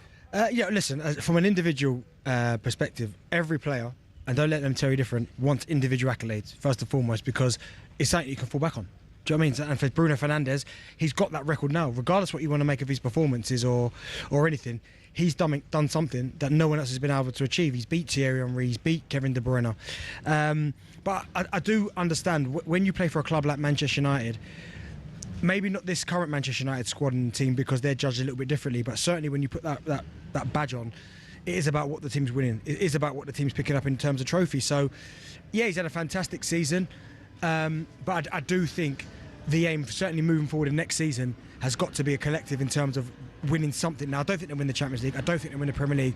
But if they could pick up maybe a couple or one of the domestic trophies, it's just another trophy. Would you have taken a golden boot then over certain silverware? 100%. Really? Depends what though. League Cup?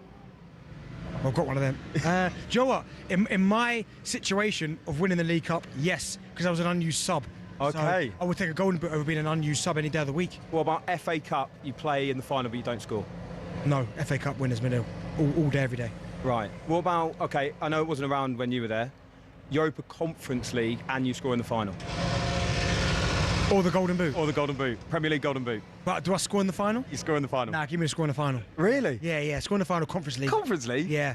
Imagine that shiny golden boot. Philip Mateta. Nah, I think in that scenario, yeah. But again, I've spoken about it before. The unused sub situation. I'm not.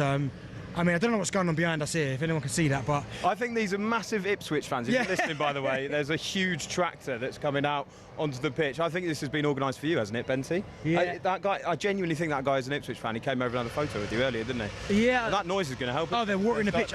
There's sprinklers and then there's that. But, we were competing with the leaf blowers, now we've got a tractor. Look at the state of this.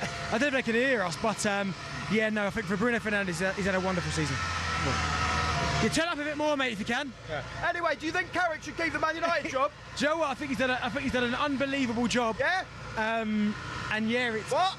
It's one of them where he's done a great job, and I think he's earned the right, and I mean earned the right, to be Manchester United manager. Now, there'll be some people out there that are saying they need to look a bit bigger, a bit long, some of a bigger profile. Do you know what I always think with that is who That's would the they be problem looking at? Because if you can get an Ancelotti, the one I thought maybe if he was available at some point would be Enrique, but if he's not available, then why not give it to Carrick? He might be the next wave of this manager that compete with Arteta, Maresca if he goes to Man City, Xavi Alonso, Unai Emery. This might be the next wave of manager that competes in this kind of Premier League era, so who knows? Yeah, really interesting. I didn't hear a word of that. No, me neither. Sorry, mate. You might have said anything there, Benty. Yeah. It's been great fun, hasn't it? Day one of training here at Soccer Aid. They're getting the pitch ready for tomorrow. We'll be down here tomorrow as well. Drive from 4 till 7. Andy Goldstein's going to be back at the moment. He's heading down to play pool, which you can watch live on the talkSPORT YouTube channel. This is Drive on talkSPORT.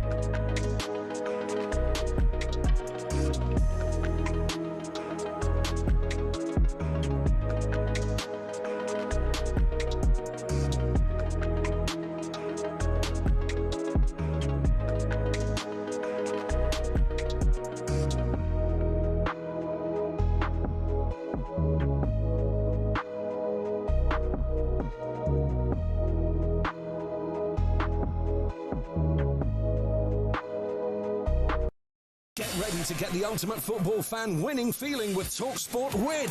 Because this summer, you and a mate could be jetting off to watch England versus Croatia live at the FIFA World Cup 2026 in Dallas, including tickets, flights, accommodation and more, courtesy of Adidas. Go to talksport.com/win to enter now, and you could be soaking up the incredible atmosphere at the FIFA World Cup 2026. For the chance to win every football fan's trip of a lifetime, enter now at talksport.com/win.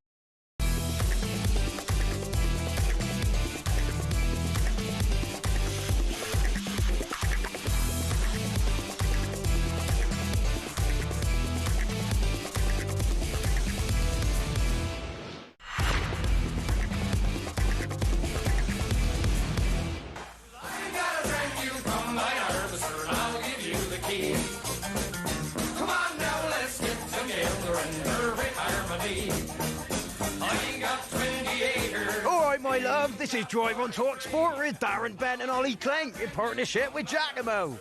Get fresh looks and great brands from Giacomo, following us from 7. Ian Dancer brings us the action from the O2 as it's Premier League finals night in the darts. We've just been rudely interrupted, haven't we? Do you know what I'm going to say to you, Ollie, right? This is about the disrespect we've got this year, right? I mean, none of this was going on last year or the year before that. No. Tractors is going through, leaf blowers, lawn mowers. Do you know what I mean? I think the guy that drives the tractor is just a massive Andy Goldstein fan, and he's discovered he's not doing the last half an hour. He's fuming. Oh, he's a Norwich come out, fan. He's gone, and he's a Norwich fan. Norwich fan. Yeah, a lot of tractors. He's gone there. They own a lot of tractors. Parking. Obviously, board's got to train that tomorrow. Yeah, bit of a nightmare. What a day we've had, though, here at Soccer Aid. First day of training. We've spoken to so many superstars. You've spoken to so many superstars. I mean, what a mad day for you. Spoken to the Prime Minister today, Hollywood actors. Which one did you get most starstruck about? Starstruck is the thing I don't... Listen, after doing The Rock, after that, the starstruck went out the window. But, I mean... Do you know what? It was just a pretty mad. I wouldn't say starstruck with the certainly not Wayne Rooney or Joe Hart, guys I played against and with. But even with the Prime Minister, it's not even because I'm not political. I'm not really. It's just it was just mad, the experience going up to interview him, because it was just like security everywhere, getting shepherded in, everything's to the second. Do you know what I mean? Right, you've got 30 seconds to get from here up the stairs. Go, get up there. Then you wait outside the waiting room. Right. He's about to come in. You've got 2 minutes to get yourself set up. Go. So you then through to the other door. Then you're right. He's going to stand here. You stand there. He's probably going to lean like this. Right. As soon as he comes in, away we go. You've got 7 minutes. So as soon as he steps foot on the patio, go. Yeah. It's just it was a little bit like that. It was a bit of an indifferent one, but no, it was good fun. And they had to cut it short because you brought up economics and all sorts of things like that, and they were like, Bentley, no more of those questions, please, mate. We've had enough of that. It's fair. There was someone behind just doing that. You know, every question was coming out of my mouth. They were like, no more. I've been catching up with some other people today. A bit earlier on, I caught up with the former Everton striker Tim Cahill, who was full of praise for his former teammate Mikel Arteta following the Gunners' title win. Arsenal, Premier League champions, Mikel Arteta in charge. I mean, what an achievement from them and from your former team. Yeah, I think 6 years, it's been a long process, and I feel, knowing Mikel very well, playing with him and having a close relationship, he identified something very early within the club, and that was the culture from the top to the bottom, the staff, the kitchen, and really humanised the club in a way that brought the fans closer to the pitch and to the players. And I feel like he deserves a hell of a lot of credit, because now everyone's talking about, they knew they were going to do it, but his methodology, the way he is, the way he's obsessed about the game and people, human beings, I think it really shows. And the Premier League's just a reward of all his hard work, and I'm definitely not surprised. And I wouldn't be surprised if they win this weekend, because they're on a roll, they're on a high. Defensively, one of the strongest teams in the world, and it'll be interesting to see how that plays out against a very attacking PSG. A lot of players often say that you see those players in the dressing room and they'll go on to management. But with Arteta, did you know that he would go on to be a manager that could have this kind of success? Yeah, there's a difference in ex-players managing. There's players that have a good staff that take the training and do all that, and they delegate really well. And then there's managers. Mikel's hands-on in every single detail. And I suppose if you just listen to the detail and take time to digest it instead of, jumping too quick, it might sound confident, but it's a belief, and you have to have this belief when you haven't won the Premier League in so long, when you haven't had the opportunity to win the Champions League in so long. So if you were to put it against the best managers in the world in the past, whether it's Pep or Alex Ferguson, Arsene Wenger, there's a trend there. You can see the finishes and where it works, and Mikel's followed that. If not, he will be remembered in a big way, and he's still a baby. He's only 44, and I'm really proud and to see how he is, and such a great family man and a good human being, which is the most important part. Do you stay in touch with him? Do you talk to him at all? Yeah, we're very close, and it's Mikel wanted that pressure. He wanted this opportunity, and for me, I always ask him, how are you mentally, how are you physically, how's the family? and he's got a good, tight group that he sticks to, and he has a strong belief of things that keeps him busy. But I think that's what makes him not different, but the most important thing with managers is people understanding the process of what they go through as individuals day in, day out, the pressure. And he's only 44. It's not, someone that's a lot older that's been around the block a few times. This is his first real job, and I suppose for him, he's just enjoying the process, but he won't rest on his laurels.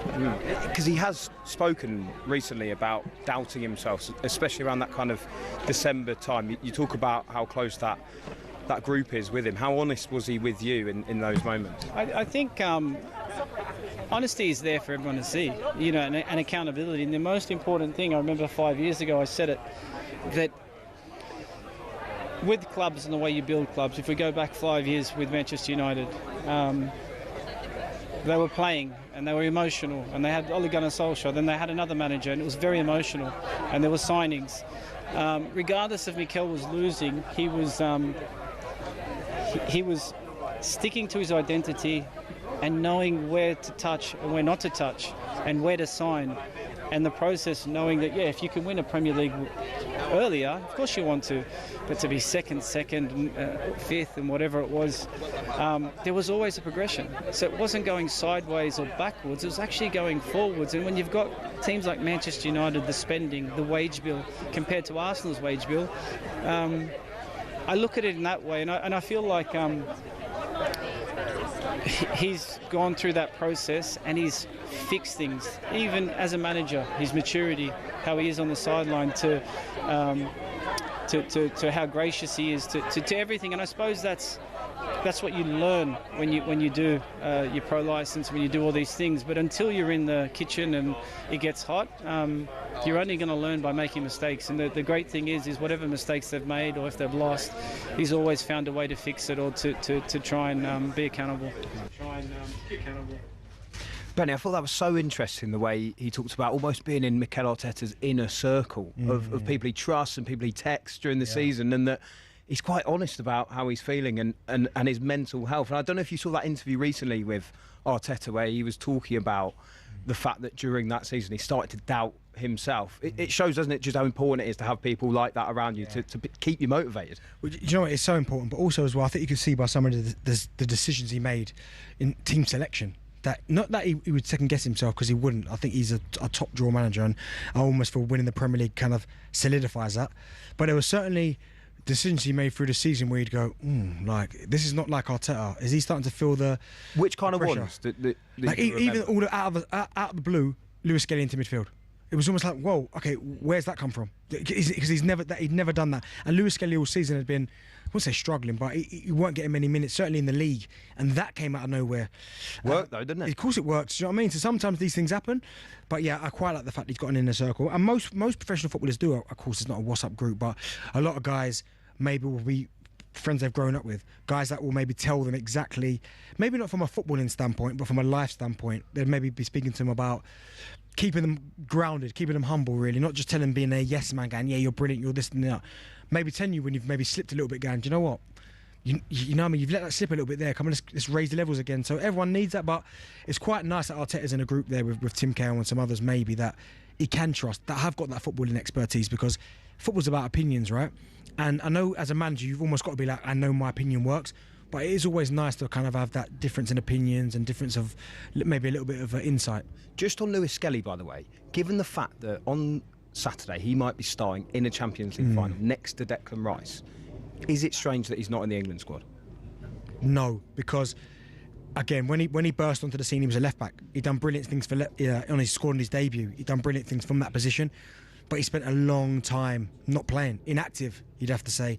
But I think if you'd have given him a full season, playing like he is now, for Arsenal, I've got no doubts he'd be in the England squad. He's got great temperament, great attitude, great ability, and he's going to get better and better. He's only young, so that's the thing as well. And as you said, Dave, he's a young player that could be playing in the Champions League final come Saturday. So yeah, I think you have to give him a lot of credit about his mental situation, his toughness, because a lot of young players not playing would have just gone down tools and gone, do you know what, it is what it is.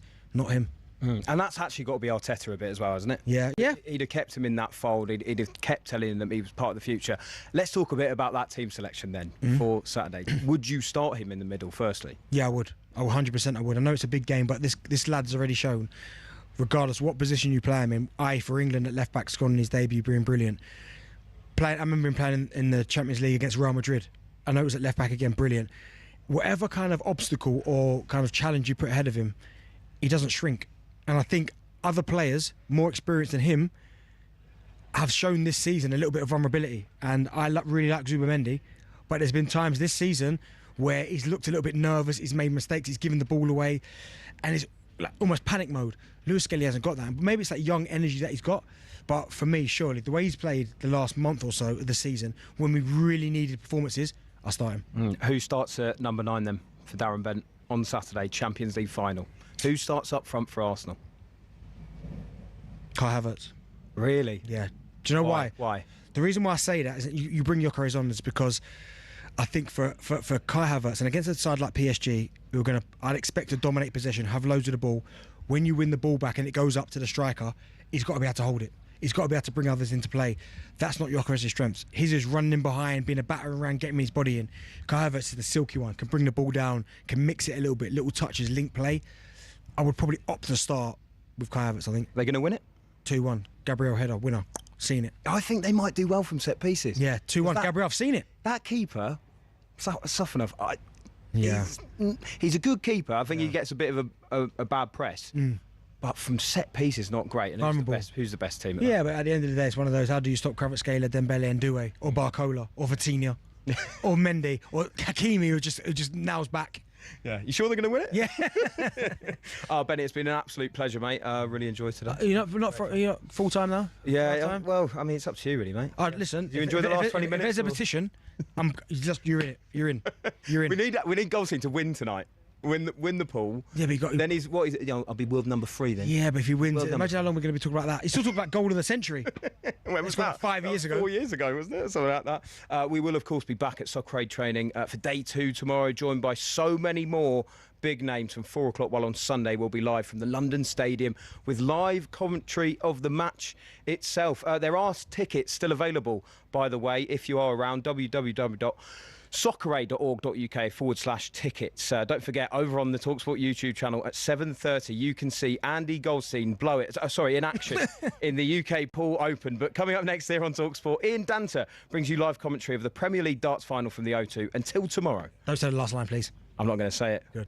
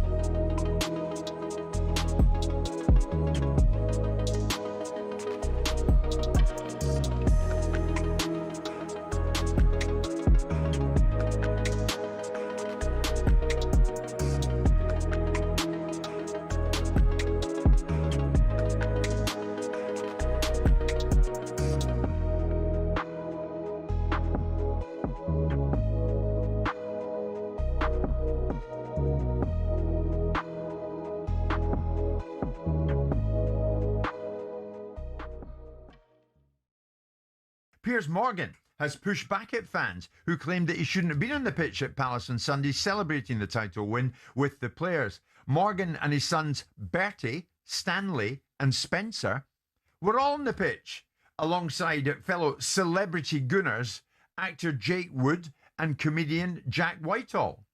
But critics highlighted hypocrisy from the likes of Morgan, who had previously gone for Mikel Arteta, calling for him to be sacked in 2022, to now share photos with the manager and the players on the pitch. Morgan, for his part, pointed out that he paid 4 750 quid hospitality tickets for his family to be at Selhurst Park before he was invited on the pitch to be a big part of the whole thing. If you're watching on YouTube, you can see exactly what I mean. Is there anything wrong, Simon? Anything wrong, Danny, with celebrity fans getting celebrity privileges? I have mixed emotions about it. I mean, you could make the same argument